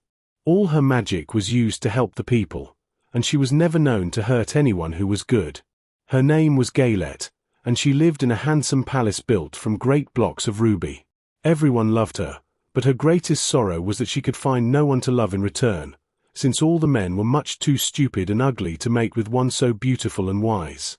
At last, however, she found a boy who was handsome and manly and wise beyond his years. Gaylette made up her mind that when he grew to be a man she would make him her husband, so she took him to her ruby palace and used all her magic powers to make him as strong and good and lovely as any woman could wish. When he grew to manhood, Quelala, as he was called, was said to be the best and wisest man in all the land, while his manly beauty was so great that Gaylette loved him dearly, and hastened to make everything ready for the wedding. My grandfather was at that time the king of the winged monkeys which lived in the forest near Gaylette's palace, and the old fellow loved a joke better than a good dinner. One day, just before the wedding, my grandfather was flying out with his band when he saw Quelala walking beside the river. He was dressed in a rich costume of pink silk and purple velvet, and my grandfather thought he would see what he could do. At his word the band flew down and seized Quelala, carried him in their arms until they were over the middle of the river, and then dropped him into the water. "Swim out, my fine fellow," cried my grandfather, "and see if the water has spotted your clothes." Quelala was much too wise not to swim, and he was not in the least spoiled by all his good fortune. He laughed when he came to the top of the water, and swam into shore. But when Gaylette came running out to him she found his silks and velvet all ruined by the river. The princess was angry, and she knew, of course, who did it. She had all the winged monkeys brought before her, and she said at first that their wings should be tied and they should be treated as they had treated Quelala, and dropped in the river. But my grandfather pleaded hard, for he knew the monkeys would drown in the river with their wings tied, and Quelala said a kind word for them also, so that Gaylette finally spared them, on condition that the winged monkeys should ever after do 3 times the bidding of the owner of the golden capital. This cap had been made for a wedding present to Quelala, and it is said to have cost the princess half her kingdom. Of course my grandfather and all the other monkeys at once agreed to the condition, and that is how it happens that we are 3 times the slaves of the owner of the golden cap, whosoever he may be. "And what became of them?" asked Dorothy, who had been greatly interested in the story. "Quelala being the first owner of the golden cap," replied the monkey, "he was the first to lay his wishes upon us. As his bride could not bear the sight of us, he called us all to him in the forest after he had married her and ordered us always to keep where she could never again set eyes on a winged monkey, which we were glad to do, for we were all afraid of her. This was all we ever had to do until the golden cap fell into the hands of the wicked witch of the west, who made us enslave the Winkies, and afterward drive Oz himself out of the land of the west. Now the golden cap is yours, and 3 times you have the right to lay your wishes upon us." As the Monkey King finished his story, Dorothy looked down and saw the green, shining walls of the Emerald City before them. She wondered at the rapid flight of the monkeys, but was glad the journey was over. The strange creatures set the travelers down carefully before the gate of the city. The king bowed low to Dorothy, and then flew swiftly away, followed by all his band. "That was a good ride," said the little girl. "Yes, and a quick way out of our troubles," replied the lion. "How lucky it was you brought away that wonderful cap." Chapter 15. The Discovery of Oz, the Terrible. The 4 travelers walked up to the great gate of Emerald City and rang the bell. After ringing several times, it was opened by the same guardian of the gates they had met before. "What? Are you back again?" he asked, in surprise. "Do you not see us?" answered the Scarecrow. "But I thought you had gone to visit the Wicked Witch of the West." "We did visit her," said the Scarecrow. "And she let you go again?" asked the man, in wonder. "She could not help it, for she is melted," explained the Scarecrow. "Melted? Well, that is good news, indeed," said the man. "Who melted her?" "It was Dorothy," said the lion gravely. "Good gracious!" exclaimed the man, and he bowed very low indeed before her. Then he led them into his little room and locked the spectacles from the great box on all their eyes, just as he had done before. Afterward they passed on through the gate into the Emerald City. When the people heard from the guardian of the gates that Dorothy had melted the Wicked Witch of the West, they all gathered around the travelers and followed them in a great crowd to the Palace of Oz. The soldier with the green whiskers was still on guard before the door, but he let them in at once, and they were again met by the beautiful green girl, who showed each of them to their old rooms at once, so they might rest until the Great Oz was ready to receive them. The soldier had the news carried straight to Oz that Dorothy and the other travelers had come back again, after destroying the Wicked Witch, but Oz made no reply. They thought the Great Wizard would send for them at once, but he did not. They had no word from him the next day, nor the next, nor the next. The waiting was tiresome and wearing, and at last they grew vexed that Oz should treat them in so poor a fashion, after sending them to undergo hardships and slavery. So the Scarecrow at last asked the green girl to take another message to Oz, saying if he did not let them in to see him at once they would call the winged monkeys to help them, and find out whether he kept his promises or not. When the wizard was given this message, he was so frightened that he sent word for them to come to the throne room at 4 minutes after 9 o'clock the next morning. He had once met the winged monkeys in the land of the West, and he did not wish to meet them again. The 4 travelers passed a sleepless night, each thinking of the gift Oz had promised to bestow on him. Dorothy fell asleep only once, and then she dreamed she was in Kansas, where Aunt Em was telling her how glad she was to have her little girl at home again. Promptly at 9 o'clock the next morning the green-whiskered soldier came to them, and 4 minutes later they all went into the throne room of the Great Oz. Of course each one of them expected to see the wizard in the shape he had taken before, and all were greatly surprised when they looked about and saw no one at all in the room. They kept close to the door and closer to one another, for the stillness of the empty room was more dreadful than any of the forms they had seen Oz take.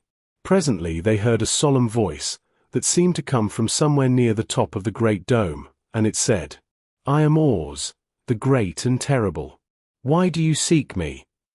They looked again in every part of the room, and then, seeing no one, Dorothy asked, "Where are you?" "I am everywhere," answered the voice, "but to the eyes of common mortals I am invisible. I will now seat myself upon my throne, that you may converse with me." Indeed, the voice seemed just then to come straight from the throne itself, so they walked toward it and stood in a row while Dorothy said, "We have come to claim our promise, O Oz." "What promise?" asked Oz. "You promised to send me back to Kansas when the Wicked Witch was destroyed," said the girl. "And you promised to give me brains," said the Scarecrow. "And you promised to give me a heart," said the Tin Woodman. "And you promised to give me courage," said the Cowardly Lion. "Is the Wicked Witch really destroyed?" asked the voice, and Dorothy thought it trembled a little. "Yes," she answered. "I melted her with a bucket of water." "Dear me," said the voice. "How sudden. Well, come to me tomorrow, for I must have time to think it over." "You've had plenty of time already," said the Tin Woodman angrily. "We shan't wait a day longer," said the Scarecrow. "You must keep your promises to us," exclaimed Dorothy. The lion thought it might be as well to frighten the wizard, so he gave a large, loud roar, which was so fierce and dreadful that Toto jumped away from him in alarm and tipped over the screen that stood in a corner. As it fell with a crash they looked that way, and the next moment all of them were filled with wonder. For they saw, standing in just the spot the screen had hidden, a little old man, with a bald head and a wrinkled face, who seemed to be as much surprised as they were. The Tin Woodman, raising his axe, rushed toward the little man and cried out, "Who are you?" "I am Oz, the great and terrible," said the little man, in a trembling voice. "But don't strike me, please don't, and I'll do anything you want me to." Our friends looked at him in surprise and dismay. "I thought Oz was a great head," said Dorothy. "And I thought Oz was a lovely lady," said the Scarecrow.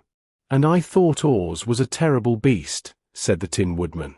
"And I thought Oz was a ball of fire," exclaimed the lion. "No, you are all wrong," said the little man meekly. "I have been making believe." "Making believe?" cried Dorothy. "Are you not a great wizard?" "Hush, my dear," he said. "Don't speak so loud, or you will be overheard, and I should be ruined. I'm supposed to be a great wizard." "And aren't you?" she asked. "Not a bit of it, my dear. I'm just a common man." "You're more than that," said the Scarecrow, in a grieved tone, "You're a humbug." "Exactly so," declared the little man, rubbing his hands together as if it pleased him. "I am a humbug." "But this is terrible," said the Tin Woodman. "How shall I ever get my heart?" "Or I my courage?" asked the Lion. "Or I my brains?" wailed the Scarecrow, wiping the tears from his eyes with his coat sleeve. "My dear friends," said Oz, "I pray you not to speak of these little things. Think of me, and the terrible trouble I'm in at being found out." "Doesn't anyone else know you're a humbug?" asked Dorothy. "No one knows it but you four, and myself," replied Oz. "I have fooled everyone so long that I thought I should never be found out. It was a great mistake my ever letting you into the throne room. Usually I will not see even my subjects, and so they believe I am something terrible." "But, I don't understand," said Dorothy, in bewilderment. "How was it that you appeared to me as a great head?" "That was one of my tricks," answered Oz. "Step this way, please, and I will tell you all about it." He led the way to a small chamber in the rear of the throne room, and they all followed him. He pointed to one corner, in which lay the great head, made out of many thicknesses of paper, and with a carefully painted face. "This I hung from the ceiling by a wire," said Oz. "I stood behind the screen and pulled a thread, to make the eyes move and the mouth open." "But how about the voice?" she inquired. "Oh, I am a ventriloquist," said the little man. "I can throw the sound of my voice wherever I wish, so that you thought it was coming out of the head. Here are the other things I used to deceive you." He showed the Scarecrow the dress and the mask he had worn when he seemed to be the lovely lady, and the Tin Woodman saw that his terrible beast was nothing but a lot of skins, sewn together, with slats to keep their sides out. As for the ball of fire, the false wizard had hung that also from the ceiling. It was really a ball of cotton, but when oil was poured upon it the ball burned fiercely. "Really," said the Scarecrow, "you ought to be ashamed of yourself for being such a humbug." I certainly am," answered the little man sorrowfully, "but it was the only thing I could do. Sit down, please, there are plenty of chairs, and I will tell you my story." So they sat down and listened while he told the following tale. "I was born in Omaha." "Why, that isn't very far from Kansas," cried Dorothy. "No, but it's farther from here," he said, shaking his head at her sadly. "When I grew up I became a ventriloquist, and at that I was very well trained by a great master. I can imitate any kind of a bird or beast." Here he mewed so like a kitten that Toto pricked up his ears and looked everywhere to see where she was. "After a time," continued Oz, "I tired of that, and became a balloonist." "What is that?" asked Dorothy. "A man who goes up in a balloon on circus day, so as to draw a crowd of people together and get them to pay to see the circus," he explained. "Oh," she said, "I know. Well, one day I went up in a balloon and the ropes got twisted, so that I couldn't come down again. It went way up above the clouds, so far that a current of air struck it and carried it many, many miles away. For a day and a night I traveled through the air, and on the morning of the second day I awoke and found the balloon floating over a strange and beautiful country. It came down gradually, and I was not hurt a bit. But I found myself in the midst of a strange people, who, seeing me come from the clouds, thought I was a great wizard. Of course I let them think so, because they were afraid of me, and promised to do anything I wished them to. Just to amuse myself, and keep the good people busy, I ordered them to build this city, and my palace, and they did it all willingly and well. Then I thought, as the country was so green and beautiful, I would call it the Emerald City, and to make the name fit better I put green spectacles on all the people, so that everything they saw was green." "But isn't everything here green?" asked Dorothy. "No more than in any other city," replied Oz, "but when you wear green spectacles, why of course everything you see looks green to you. The Emerald City was built a great many years ago, for I was a young man when the balloon brought me here, and I am a very old man now. But my people have worn green glasses on their eyes so long that most of them think it really is an Emerald City, and it certainly is a beautiful place, abounding in jewels and precious metals, and every good thing that is needed to make one happy. I have been good to the people, and they like me, but ever since this palace was built, I have shut myself up and would not see any of them. One of my greatest fears was the witches, for while I had no magical powers at all, I soon found out that the witches were really able to do wonderful things. There were 4 of them in this country, and they ruled the people who live in the north and south and east and west. Fortunately, the witches of the north and south were good, and I knew they would do me no harm, but the witches of the east and west were terribly wicked, and had they not thought I was more powerful than they themselves, they would surely have destroyed me. As it was, I lived in deadly fear of them for many years, so you can imagine how pleased I was when I heard your house had fallen on the wicked witch of the east. When you came to me, I was willing to promise anything if you would only do away with the other witch. But, now that you have melted her, I am ashamed to say that I cannot keep my promises. I think you are a very bad man, said Dorothy. Oh no, my dear, I'm really a very good man, but I'm a very bad wizard, I must admit. Can't you give me brains? Asked the Scarecrow. You don't need them. You are learning something every day. A baby has brains, but it doesn't know much. Experience is the only thing that brings knowledge, and the longer you are on Earth, the more experience you are sure to get. That may all be true, said the Scarecrow, but I shall be very unhappy unless you give me brains. The false wizard looked at him carefully. Well, he said with a sigh, I'm not much of a magician, as I said, but if you will come to me tomorrow morning, I will stuff your head with brains. I cannot tell you how to use them, however. You must find that out for yourself. Oh, thank you, cried the Scarecrow. I'll find a way to use them, never fear.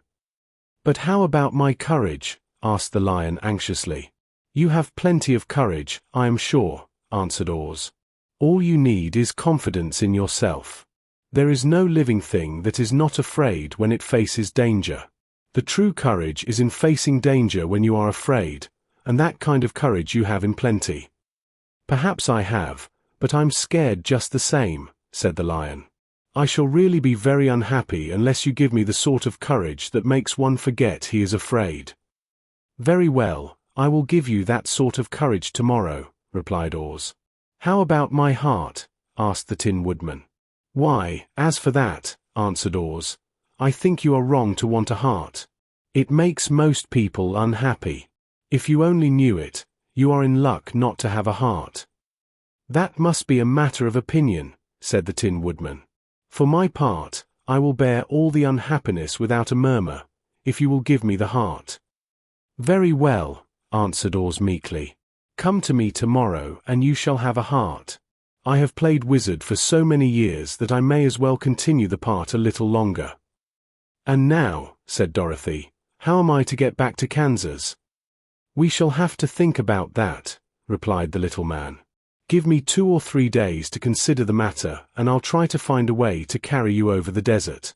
In the meantime, you shall all be treated as my guests, and while you live in the palace, my people will wait upon you and obey your slightest wish. There is only one thing I ask in return for my help, such as it is. You must keep my secret and tell no one I am a humbug. They agreed to say nothing of what they had learned, and went back to their rooms in high spirits. Even Dorothy had hoped that the great and terrible humbug, as she called him, would find a way to send her back to Kansas, and if he did, she was willing to forgive him everything. Chapter 16. The Magic Art of the Great Humbug. Next morning the Scarecrow said to his friends, Congratulate me. I am going to Oz to get my brains at last. When I return I shall be as other men are.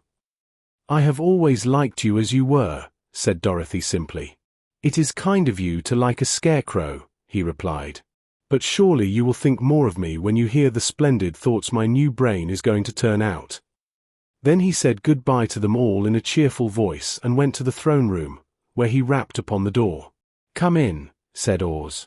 The Scarecrow went in and found the little man sitting down by the window, engaged in deep thought.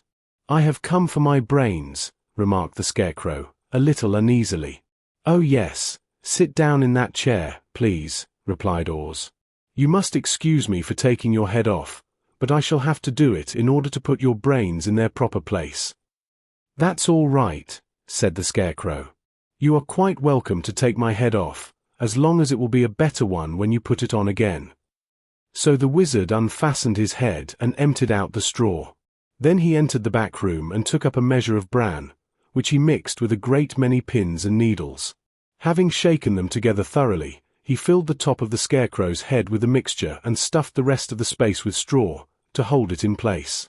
When he had fastened the Scarecrow's head on his body again, he said to him, "Hereafter you will be a great man, for I have given you a lot of brand new brains." The Scarecrow was both pleased and proud at the fulfillment of his greatest wish, and having thanked Oz warmly, he went back to his friends. Dorothy looked at him curiously. His head was quite bulged out at the top with brains. "How do you feel?" she asked. "I feel wise indeed," he answered earnestly. "When I get used to my brains, I shall know everything." "Why are those needles and pins sticking out of your head?" asked the Tin Woodman. "That is proof that he is sharp," remarked the Lion. "Well, I must go to Oz and get my heart," said the Woodman. So he walked to the throne room and knocked at the door. "Come in," called Oz, and the Woodman entered and said, "I have come for my heart." "Very well," answered the little man. "But I shall have to cut a hole in your breast, so I can put your heart in the right place. I hope it won't hurt you." "Oh no," answered the Woodman. "I shall not feel it at all." So Oz brought a pair of tinsmith's shears and cut a small, square hole in the left side of the Tin Woodman's breast. Then, going to a chest of drawers, he took out a pretty heart, made entirely of silk and stuffed with sawdust. "Isn't it a beauty?" he asked. "It is, indeed," replied the Woodman, who was greatly pleased. "But is it a kind heart?" "Oh, very," answered Oz. He put the heart in the Woodman's breast and then replaced the square of tin, soldering it neatly together where it had been cut. "There," said he, "now you have a heart that any man might be proud of. I'm sorry I had to put a patch on your breast, but it really couldn't be helped." "Never mind the patch," exclaimed the happy Woodman. "I am very grateful to you, and shall never forget your kindness." "Don't speak of it," replied Oz. Then the Tin Woodman went back to his friends, who wished him every joy on account of his good fortune. The Lion now walked to the throne room and knocked at the door. "Come in," said Oz. "I have come for my courage," announced the Lion, entering the room. "Very well," answered the little man. "I will get it for you." He went to a cupboard and, reaching up to a high shelf, took down a square green bottle, the contents of which he poured into a green gold dish, beautifully carved. Placing this before the cowardly Lion, who sniffed at it as if he did not like it, the wizard said, "Drink." "What is it?" asked the Lion.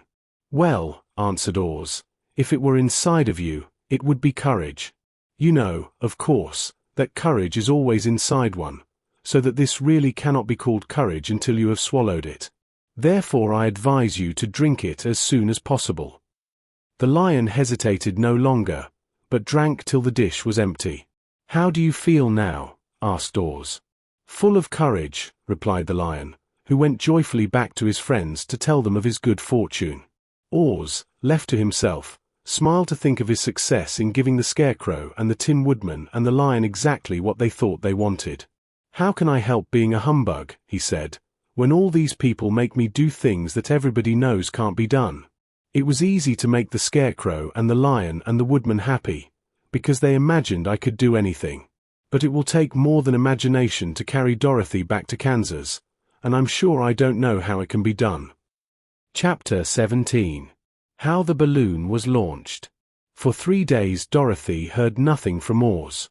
These were sad days for the little girl, although her friends were all quite happy and contented. The Scarecrow told them there were wonderful thoughts in his head, but he would not say what they were because he knew no one could understand them but himself.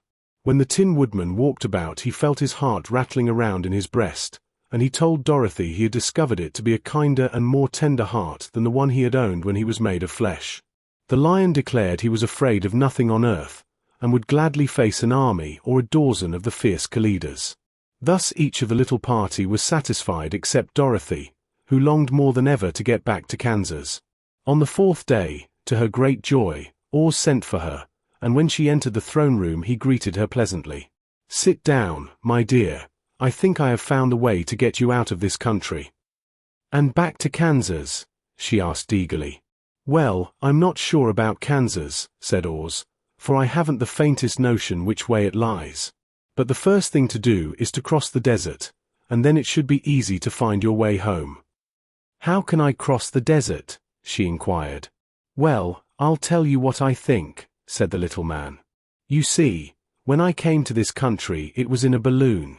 You also came through the air, being carried by a cyclone. So I believe the best way to get across the desert will be through the air. Now, it is quite beyond my powers to make a cyclone, but I've been thinking the matter over, and I believe I can make a balloon. How? Asked Dorothy. A balloon, said Oz, is made of silk, which is coated with glue to keep the gas in it. I have plenty of silk in the palace, so it will be no trouble to make the balloon. But in all this country there is no gas to fill the balloon with, to make it float. If it won't float, remarked Dorothy, it will be of no use to us. True, answered Oz. But there is another way to make it float, which is to fill it with hot air. Hot air isn't as good as gas, for if the air should get cold the balloon would come down in the desert, and we should be lost. We! Exclaimed the girl. Are you going with me? Yes, of course, replied Oz. I am tired of being such a humbug. If I should go out of this palace my people would soon discover I am not a wizard, and then they would be vexed with me for having deceived them. So I have to stay shut up in these rooms all day, and it gets tiresome. I'd much rather go back to Kansas with you and be in a circus again. I shall be glad to have your company, said Dorothy. Thank you, he answered. Now, if you will help me sew the silk together, we will begin to work on our balloon. So Dorothy took a needle and thread, and as fast as Oz cut the strips of silk into proper shape the girl sewed them neatly together. First there was a strip of light green silk, then a strip of dark green and then a strip of emerald green, for Oz had a fancy to make the balloon in different shades of the color about them. It took 3 days to sew all the strips together, but when it was finished they had a big bag of green silk more than 20 feet long. Then Oz painted it on the inside with a coat of thin glue, to make it airtight, after which he announced that the balloon was ready. But we must have a basket to ride in, he said. So he sent the soldier with the green whiskers for a big clothes basket, which he fastened with many ropes to the bottom of the balloon.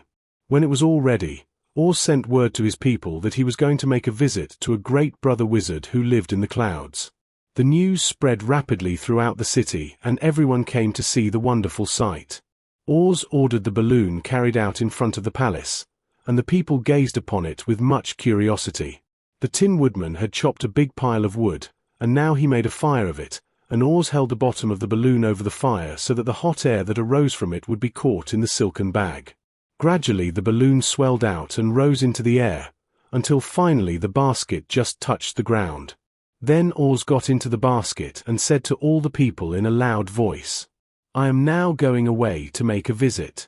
While I am gone the Scarecrow will rule over you. I command you to obey him as you would me. The balloon was by this time tugging hard at the rope that held it to the ground, for the air within it was hot, and this made it so much lighter in weight than the air without that it pulled hard to rise into the sky. Come, Dorothy, cried the wizard. Hurry up, or the balloon will fly away. I can't find Toto anywhere, replied Dorothy, who did not wish to leave her little dog behind. Toto had run into the crowd to bark at a kitten, and Dorothy at last found him. She picked him up and ran towards the balloon. She was within a few steps of it, and Oz was holding out his hands to help her into the basket, when, crack, went the ropes, and the balloon rose into the air without her. Come back, she screamed. I want to go, too. I can't come back, my dear, called Oz from the basket. Goodbye. Goodbye, shouted everyone, and all eyes were turned upward to where the wizard was riding in the basket, rising every moment farther and farther into the sky. And that was the last any of them ever saw of Oz, the wonderful wizard, though he may have reached Omaha safely, and be there now, for all we know. But the people remembered him lovingly, and said to one another, Oz was always our friend. When he was here he built for us this beautiful emerald city, and now he is gone he has left the wise Scarecrow to rule over us. Still, for many days they grieved over the loss of the wonderful wizard, and would not be comforted. Chapter 18. Away to the South. Dorothy wept bitterly at the passing of her hope to get home to Kansas again, but when she thought it all over she was glad she had not gone up in a balloon. And she also felt sorry at losing Oz, and so did her companions. The Tin Woodman came to her and said, "Truly I should be ungrateful if I failed to mourn for the man who gave me my lovely heart. I should like to cry a little because Oz is gone, if you will kindly wipe away my tears, so that I shall not rust." "With pleasure," she answered, and brought a towel at once. Then the Tin Woodman wept for several minutes, and she watched the tears carefully and wiped them away with the towel. When he had finished, he thanked her kindly and oiled himself thoroughly with his jeweled oil can, to guard against mishap. The Scarecrow was now the ruler of the Emerald City, and although he was not a wizard, the people were proud of him. "For," they said, "there is not another city in all the world that is ruled by a stuffed man." And, so far as they knew, they were quite right.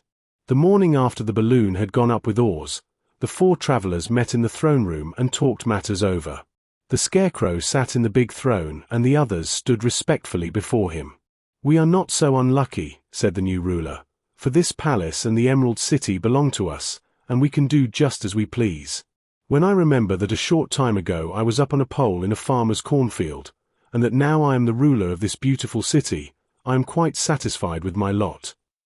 "I also," said the Tin Woodman, "am well pleased with my new heart, and, really, that was the only thing I wished in all the world. For my part, I am content in knowing I am as brave as any beast that ever lived, if not braver," said the Lion modestly. "If Dorothy would only be contented to live in the Emerald City," continued the Scarecrow, "we might all be happy together."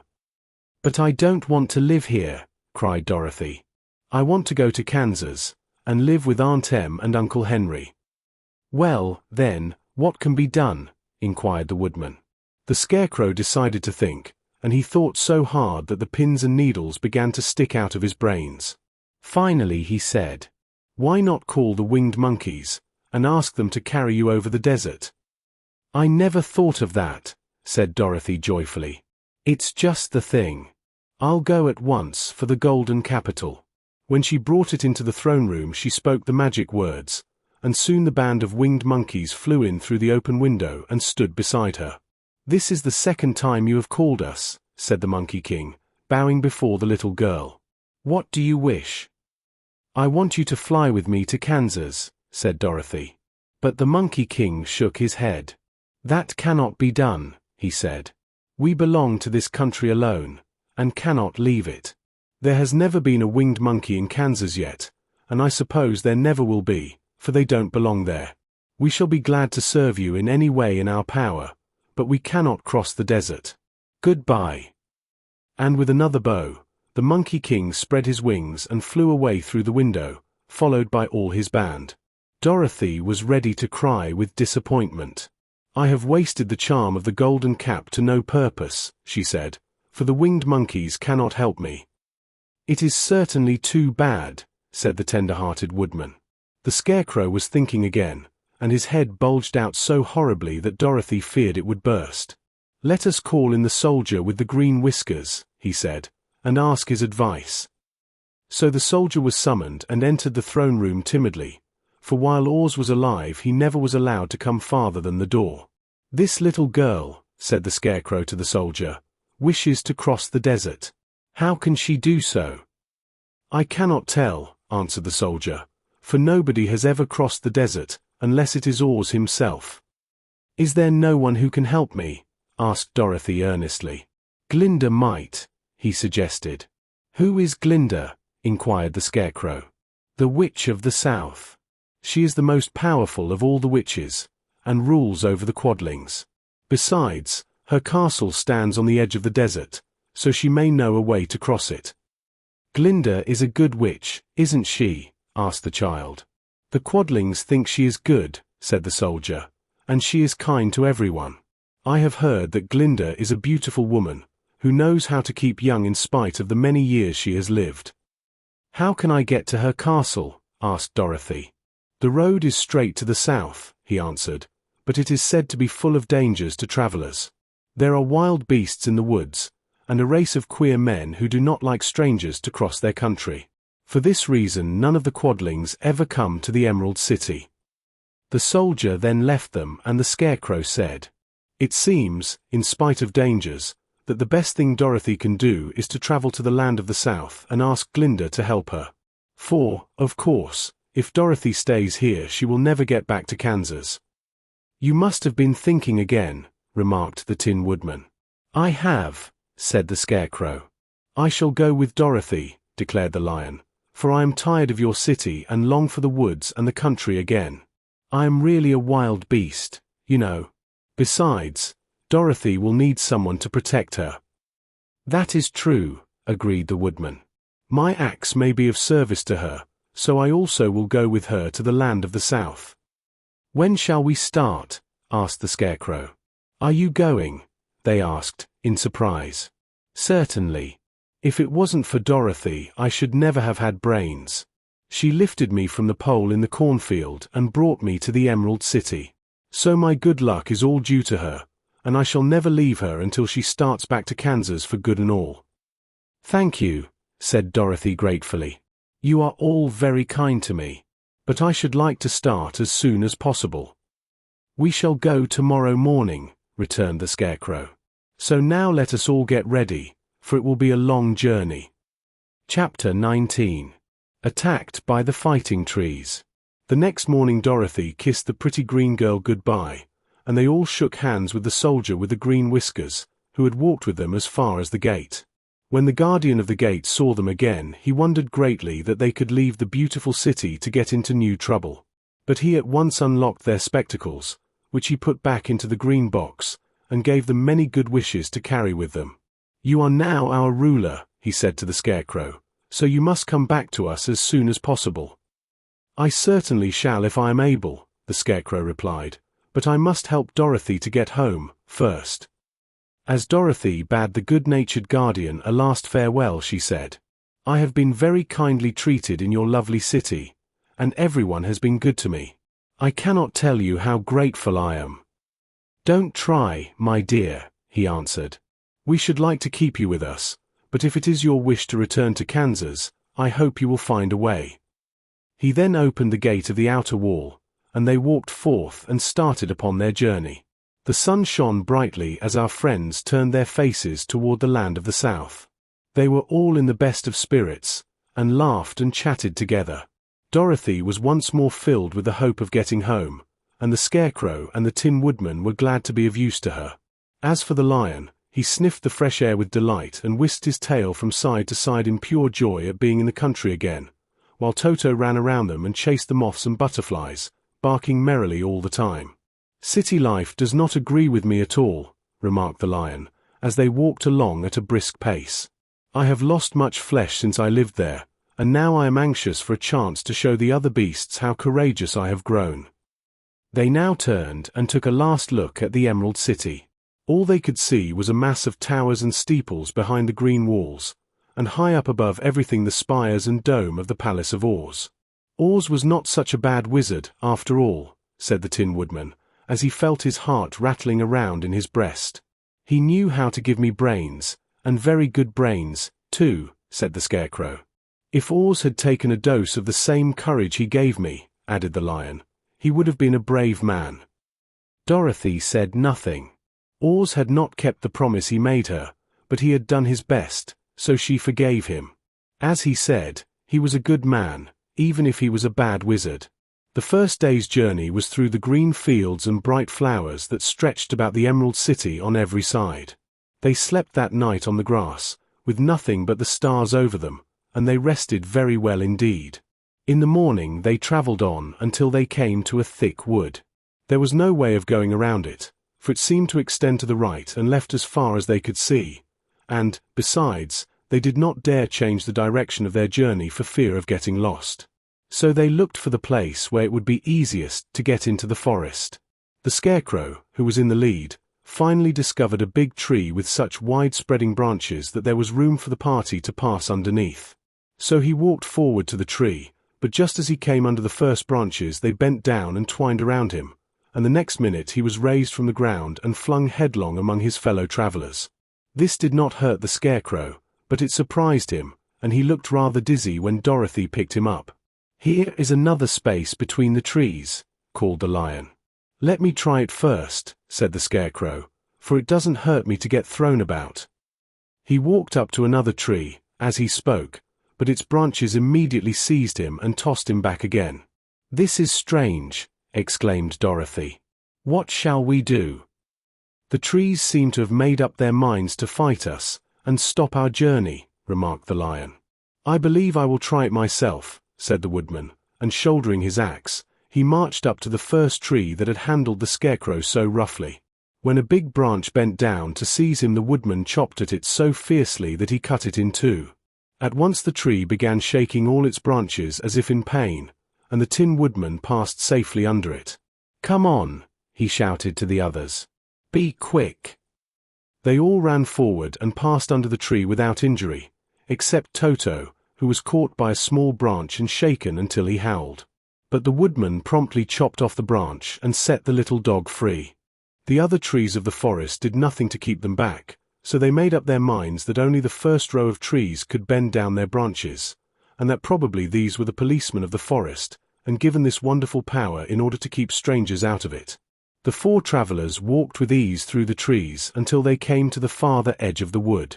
Then, to their surprise, they found before them a high wall which seemed to be made of white china. It was smooth, like the surface of a dish, and higher than their heads. "What shall we do now?" asked Dorothy. "I will make a ladder," said the Tin Woodman, "for we certainly must climb over the wall." Chapter 20. The Dainty China Country. While the Woodman was making a ladder from wood which he found in the forest, Dorothy lay down and slept, for she was tired by the long walk. The lion also curled himself up to sleep, and Toto lay beside him. The Scarecrow watched the Woodman while he worked, and said to him, "I cannot think why this wall is here, nor what it is made of." "Rest your brains and do not worry about the wall," replied the Woodman. "When we have climbed over it, we shall know what is on the other side." After a time the ladder was finished. It looked clumsy, but the Tin Woodman was sure it was strong and would answer their purpose. The Scarecrow waked Dorothy and the lion and Toto, and told them that the ladder was ready. The Scarecrow climbed up the ladder first, but he was so awkward that Dorothy had to follow close behind and keep him from falling off. When he got his head over the top of the wall, the Scarecrow said, "Oh my!" "Go on," exclaimed Dorothy. So the Scarecrow climbed farther up and sat down on the top of the wall, and Dorothy put her head over and cried, "Oh my!" just as the Scarecrow had done. Then Toto came up, and immediately began to bark, but Dorothy made him be still. The lion climbed the ladder next, and the Tin Woodman came last, but both of them cried, "Oh my!" as soon as they looked over the wall. When they were all sitting in a row on the top of the wall, they looked down and saw a strange sight. Before them was a great stretch of country having a floor as smooth and shining and white as the bottom of a big platter. Scattered around were many houses made entirely of china and painted in the brightest colors. These houses were quite small, the biggest of them reaching only as high as Dorothy's waist. There were also pretty little barns, with china fences around them, and many cows and sheep and horses and pigs and chickens, all made of china, were standing about in groups. But the strangest of all were the people who lived in this queer country. There were milkmaids and shepherdesses, with brightly colored bodices and golden spots all over their gowns, and princesses with most gorgeous frocks of silver and gold and purple, and shepherds dressed in knee breeches with pink and yellow and blue stripes down them, and golden buckles on their shoes, and princes with jeweled crowns upon their heads, wearing ermine robes and satin doublets, and funny clowns in ruffled gowns, with round red spots upon their cheeks and tall, pointed caps. And, strangest of all, these people were all made of china, even to their clothes, and were so small that the tallest of them was no higher than Dorothy's knee. No one did so much as look at the travelers at first, except one little purple china dog with an extra-large head, which came to the wall and barked at them in a tiny voice, afterwards running away again. "How shall we get down?" asked Dorothy. They found the ladder so heavy they could not pull it up, so the Scarecrow fell off the wall and the others jumped down upon him so that the hard floor would not hurt their feet. Of course they took pains not to light on his head and get the pins in their feet. When all was safely down, they picked up the Scarecrow, whose body was quite flattened out, and patted his straw into shape again. "We must cross this strange place in order to get to the other side," said Dorothy, "for it would be unwise for us to go any other way except due south." They began walking through the country of the China people, and the first thing they came to was a China milkmaid milking a China cow. As they drew near, the cow suddenly gave a kick and kicked over the stool, the pail, and even the milkmaid herself, and all fell on the China ground with a great clatter. Dorothy was shocked to see that the cow had broken her leg off, and that the pail was lying in several small pieces, while the poor milkmaid had a nick in her left elbow. "There!" cried the milkmaid angrily. "See what you have done. My cow has broken her leg, and I must take her to the mender's shop and have it glued on again. What do you mean by coming here and frightening my cow?" "I'm very sorry," returned Dorothy. "Please forgive us." But the pretty milkmaid was much too vexed to make any answer. She picked up the leg sulkily and led her cow away, the poor animal limping on 3 legs. As she left them, the milkmaid cast many reproachful glances over her shoulder at the clumsy strangers, holding her nicked elbow close to her side. Dorothy was quite grieved at this mishap.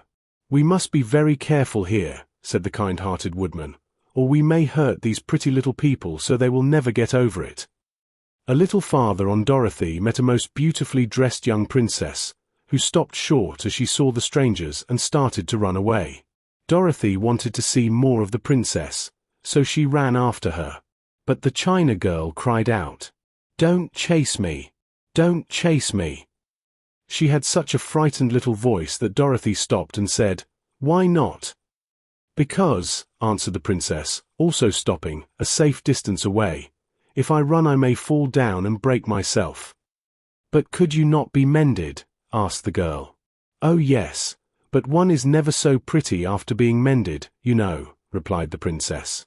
"I suppose not," said Dorothy. "Now there is Mr. Joker, one of our clowns," continued the China lady, "who is always trying to stand upon his head.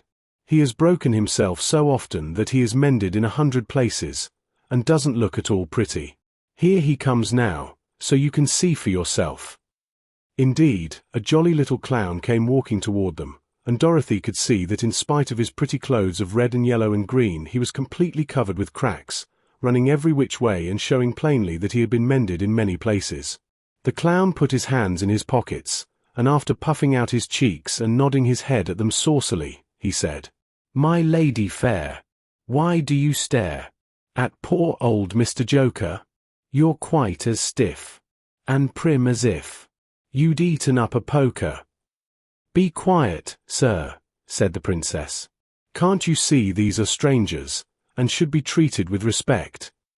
"Well, that's respect, I expect," declared the clown, and immediately stood upon his head. "Don't mind Mr. Joker," said the princess to Dorothy. "He is considerably cracked in his head, and that makes him foolish."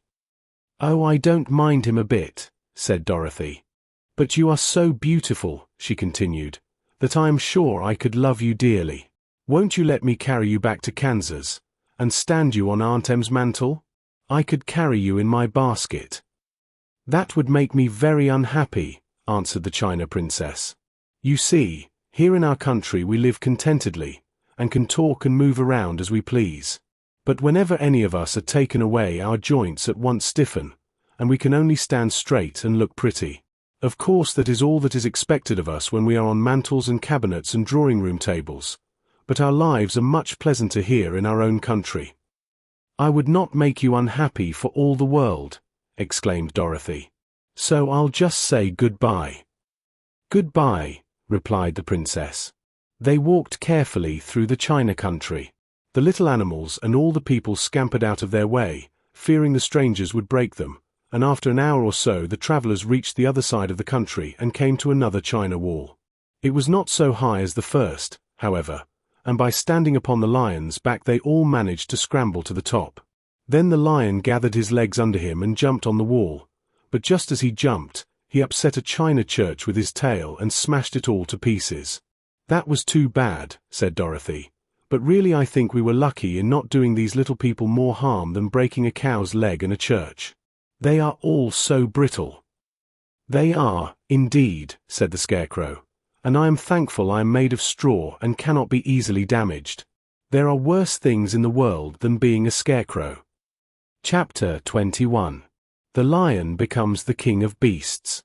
After climbing down from the China Wall, the travelers found themselves in a disagreeable country, full of bogs and marshes and covered with tall, rank grass. It was difficult to walk without falling into muddy holes, for the grass was so thick that it hid them from sight. However, by carefully picking their way, they got safely along until they reached solid ground. But here the country seemed wilder than ever, and after a long and tiresome walk through the underbrush they entered another forest, where the trees were bigger and older than any they had ever seen. "This forest is perfectly delightful," declared the Lion, looking around him with joy. "Never have I seen a more beautiful place." "It seems gloomy," said the Scarecrow. "Not a bit of it," answered the Lion. "I should like to live here all my life. See how soft the dried leaves are under your feet and how rich and green the moss is that clings to these old trees. Surely no wild beast could wish a pleasanter home." "Perhaps there are wild beasts in the forest now," said Dorothy. "I suppose there are," returned the Lion, "but I do not see any of them about." They walked through the forest until it became too dark to go any farther.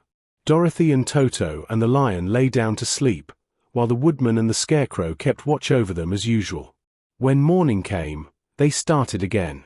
Before they had gone far they heard a low rumble, as of the growling of many wild animals.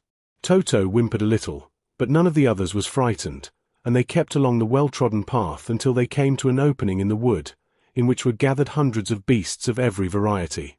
There were tigers and elephants and bears and wolves and foxes and all the others in the natural history, and for a moment Dorothy was afraid. But the Lion explained that the animals were holding a meeting, and he judged by their snarling and growling that they were in great trouble.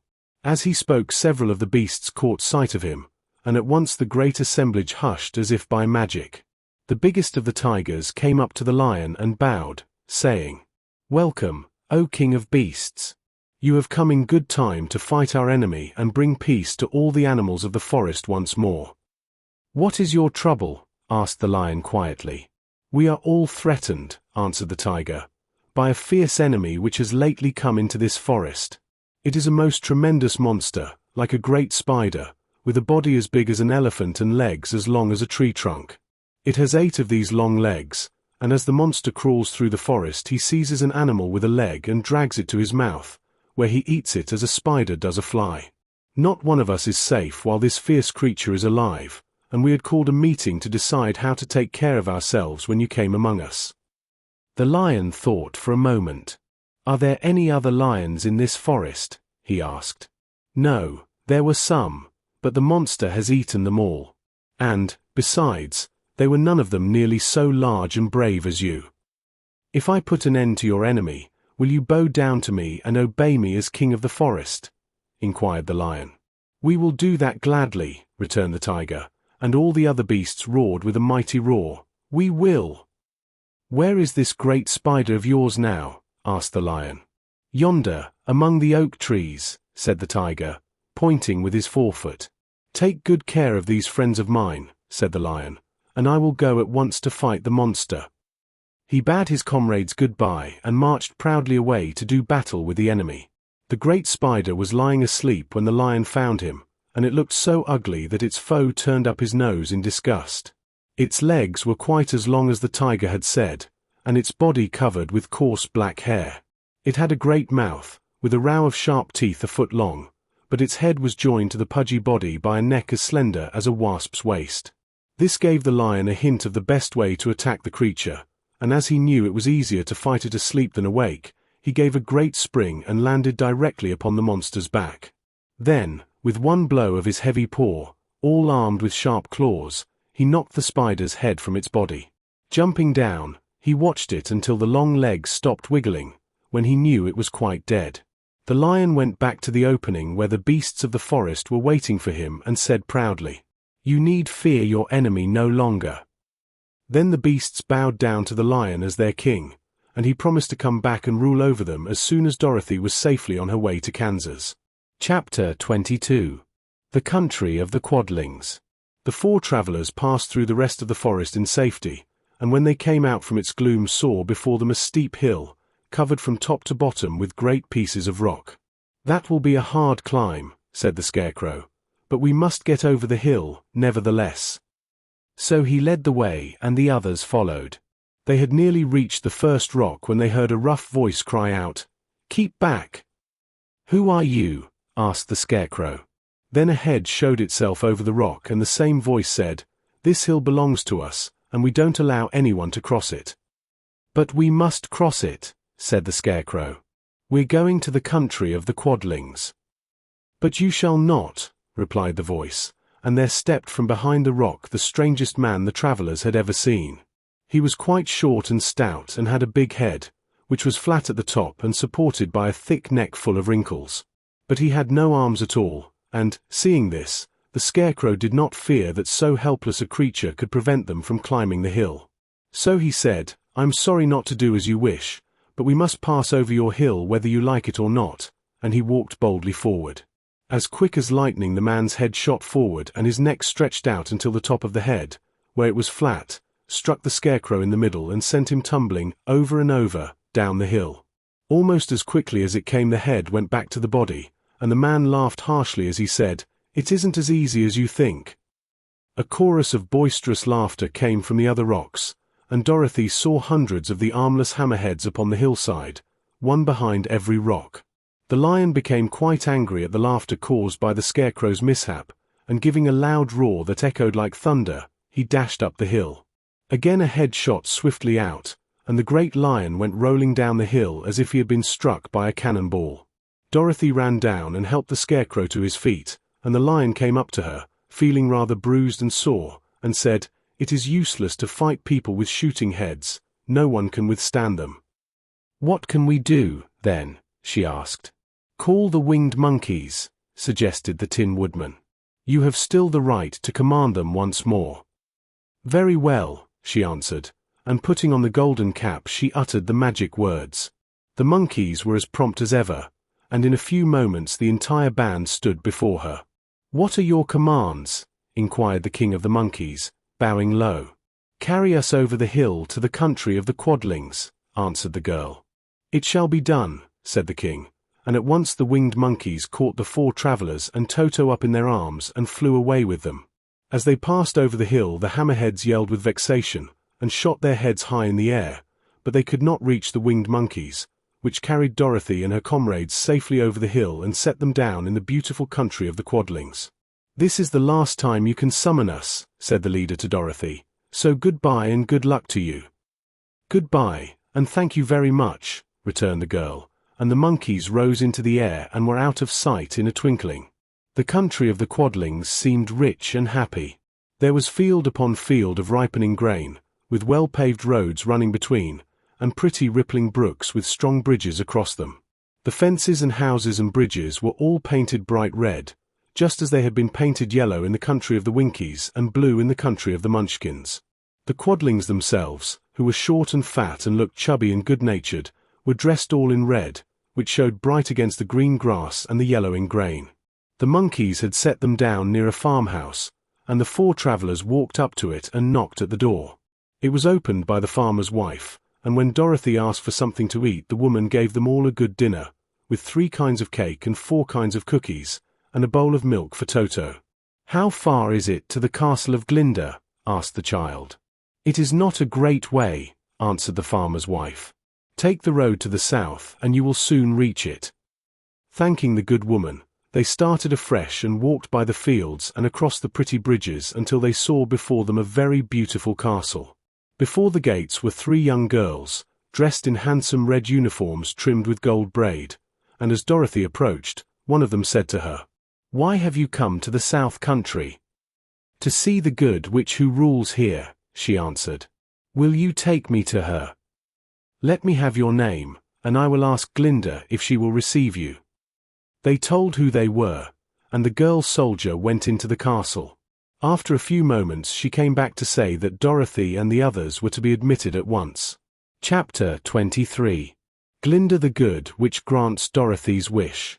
Before they went to see Glinda, however, they were taken to a room of the castle, where Dorothy washed her face and combed her hair, and the lion shook the dust out of his manner, and the Scarecrow patted himself into his best shape, and the Woodman polished his tin and oiled his joints.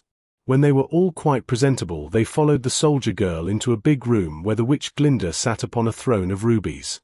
She was both beautiful and young to their eyes. Her hair was a rich red in color and fell in flowing ringlets over her shoulders. Her dress was pure white, but her eyes were blue, and they looked kindly upon the little girl. "What can I do for you, my child?" she asked. Dorothy told the witch all her story, how the cyclone had brought her to the land of Oz, how she had found her companions, and of the wonderful adventures they had met with. "My greatest wish now," she added, "is to get back to Kansas, for Aunt Em will surely think something dreadful has happened to me, and that will make her put on mourning, and unless the crops are better this year than they were last, I am sure Uncle Henry cannot afford it." Glinda leaned forward and kissed the sweet, upturned face of the loving little girl. "Bless your dear heart," she said. "I am sure I can tell you of a way to get back to Kansas." Then she added, "But, if I do, you must give me the golden capital." "Willingly," exclaimed Dorothy. "Indeed, it is of no use to me now, and when you have it you can command the winged monkeys 3 times. "And I think I shall need their service just those 3 times, answered Glinda, smiling. Dorothy then gave her the golden cap, and the witch said to the Scarecrow, "What will you do when Dorothy has left us?" "I will return to the Emerald City," he replied, "for Oz has made me its ruler and the people like me. The only thing that worries me is how to cross the Hill of the Hammerheads. By means of the golden cap I shall command the winged monkeys to carry you to the gates of the Emerald City," said Glinda, "for it would be a shame to deprive the people of so wonderful a ruler." "Am I really wonderful?" asked the Scarecrow.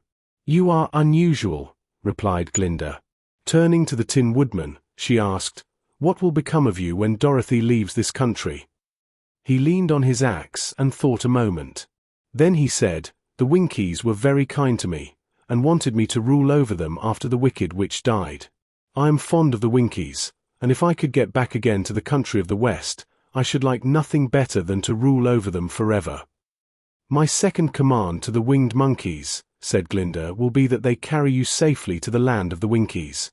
Your brain may not be so large to look at as those of the Scarecrow, but you are really brighter than he is, when you are well polished, and I am sure you will rule the Winkies wisely and well." Then the witch looked at the big, shaggy lion and asked, "When Dorothy has returned to her own home, what will become of you?"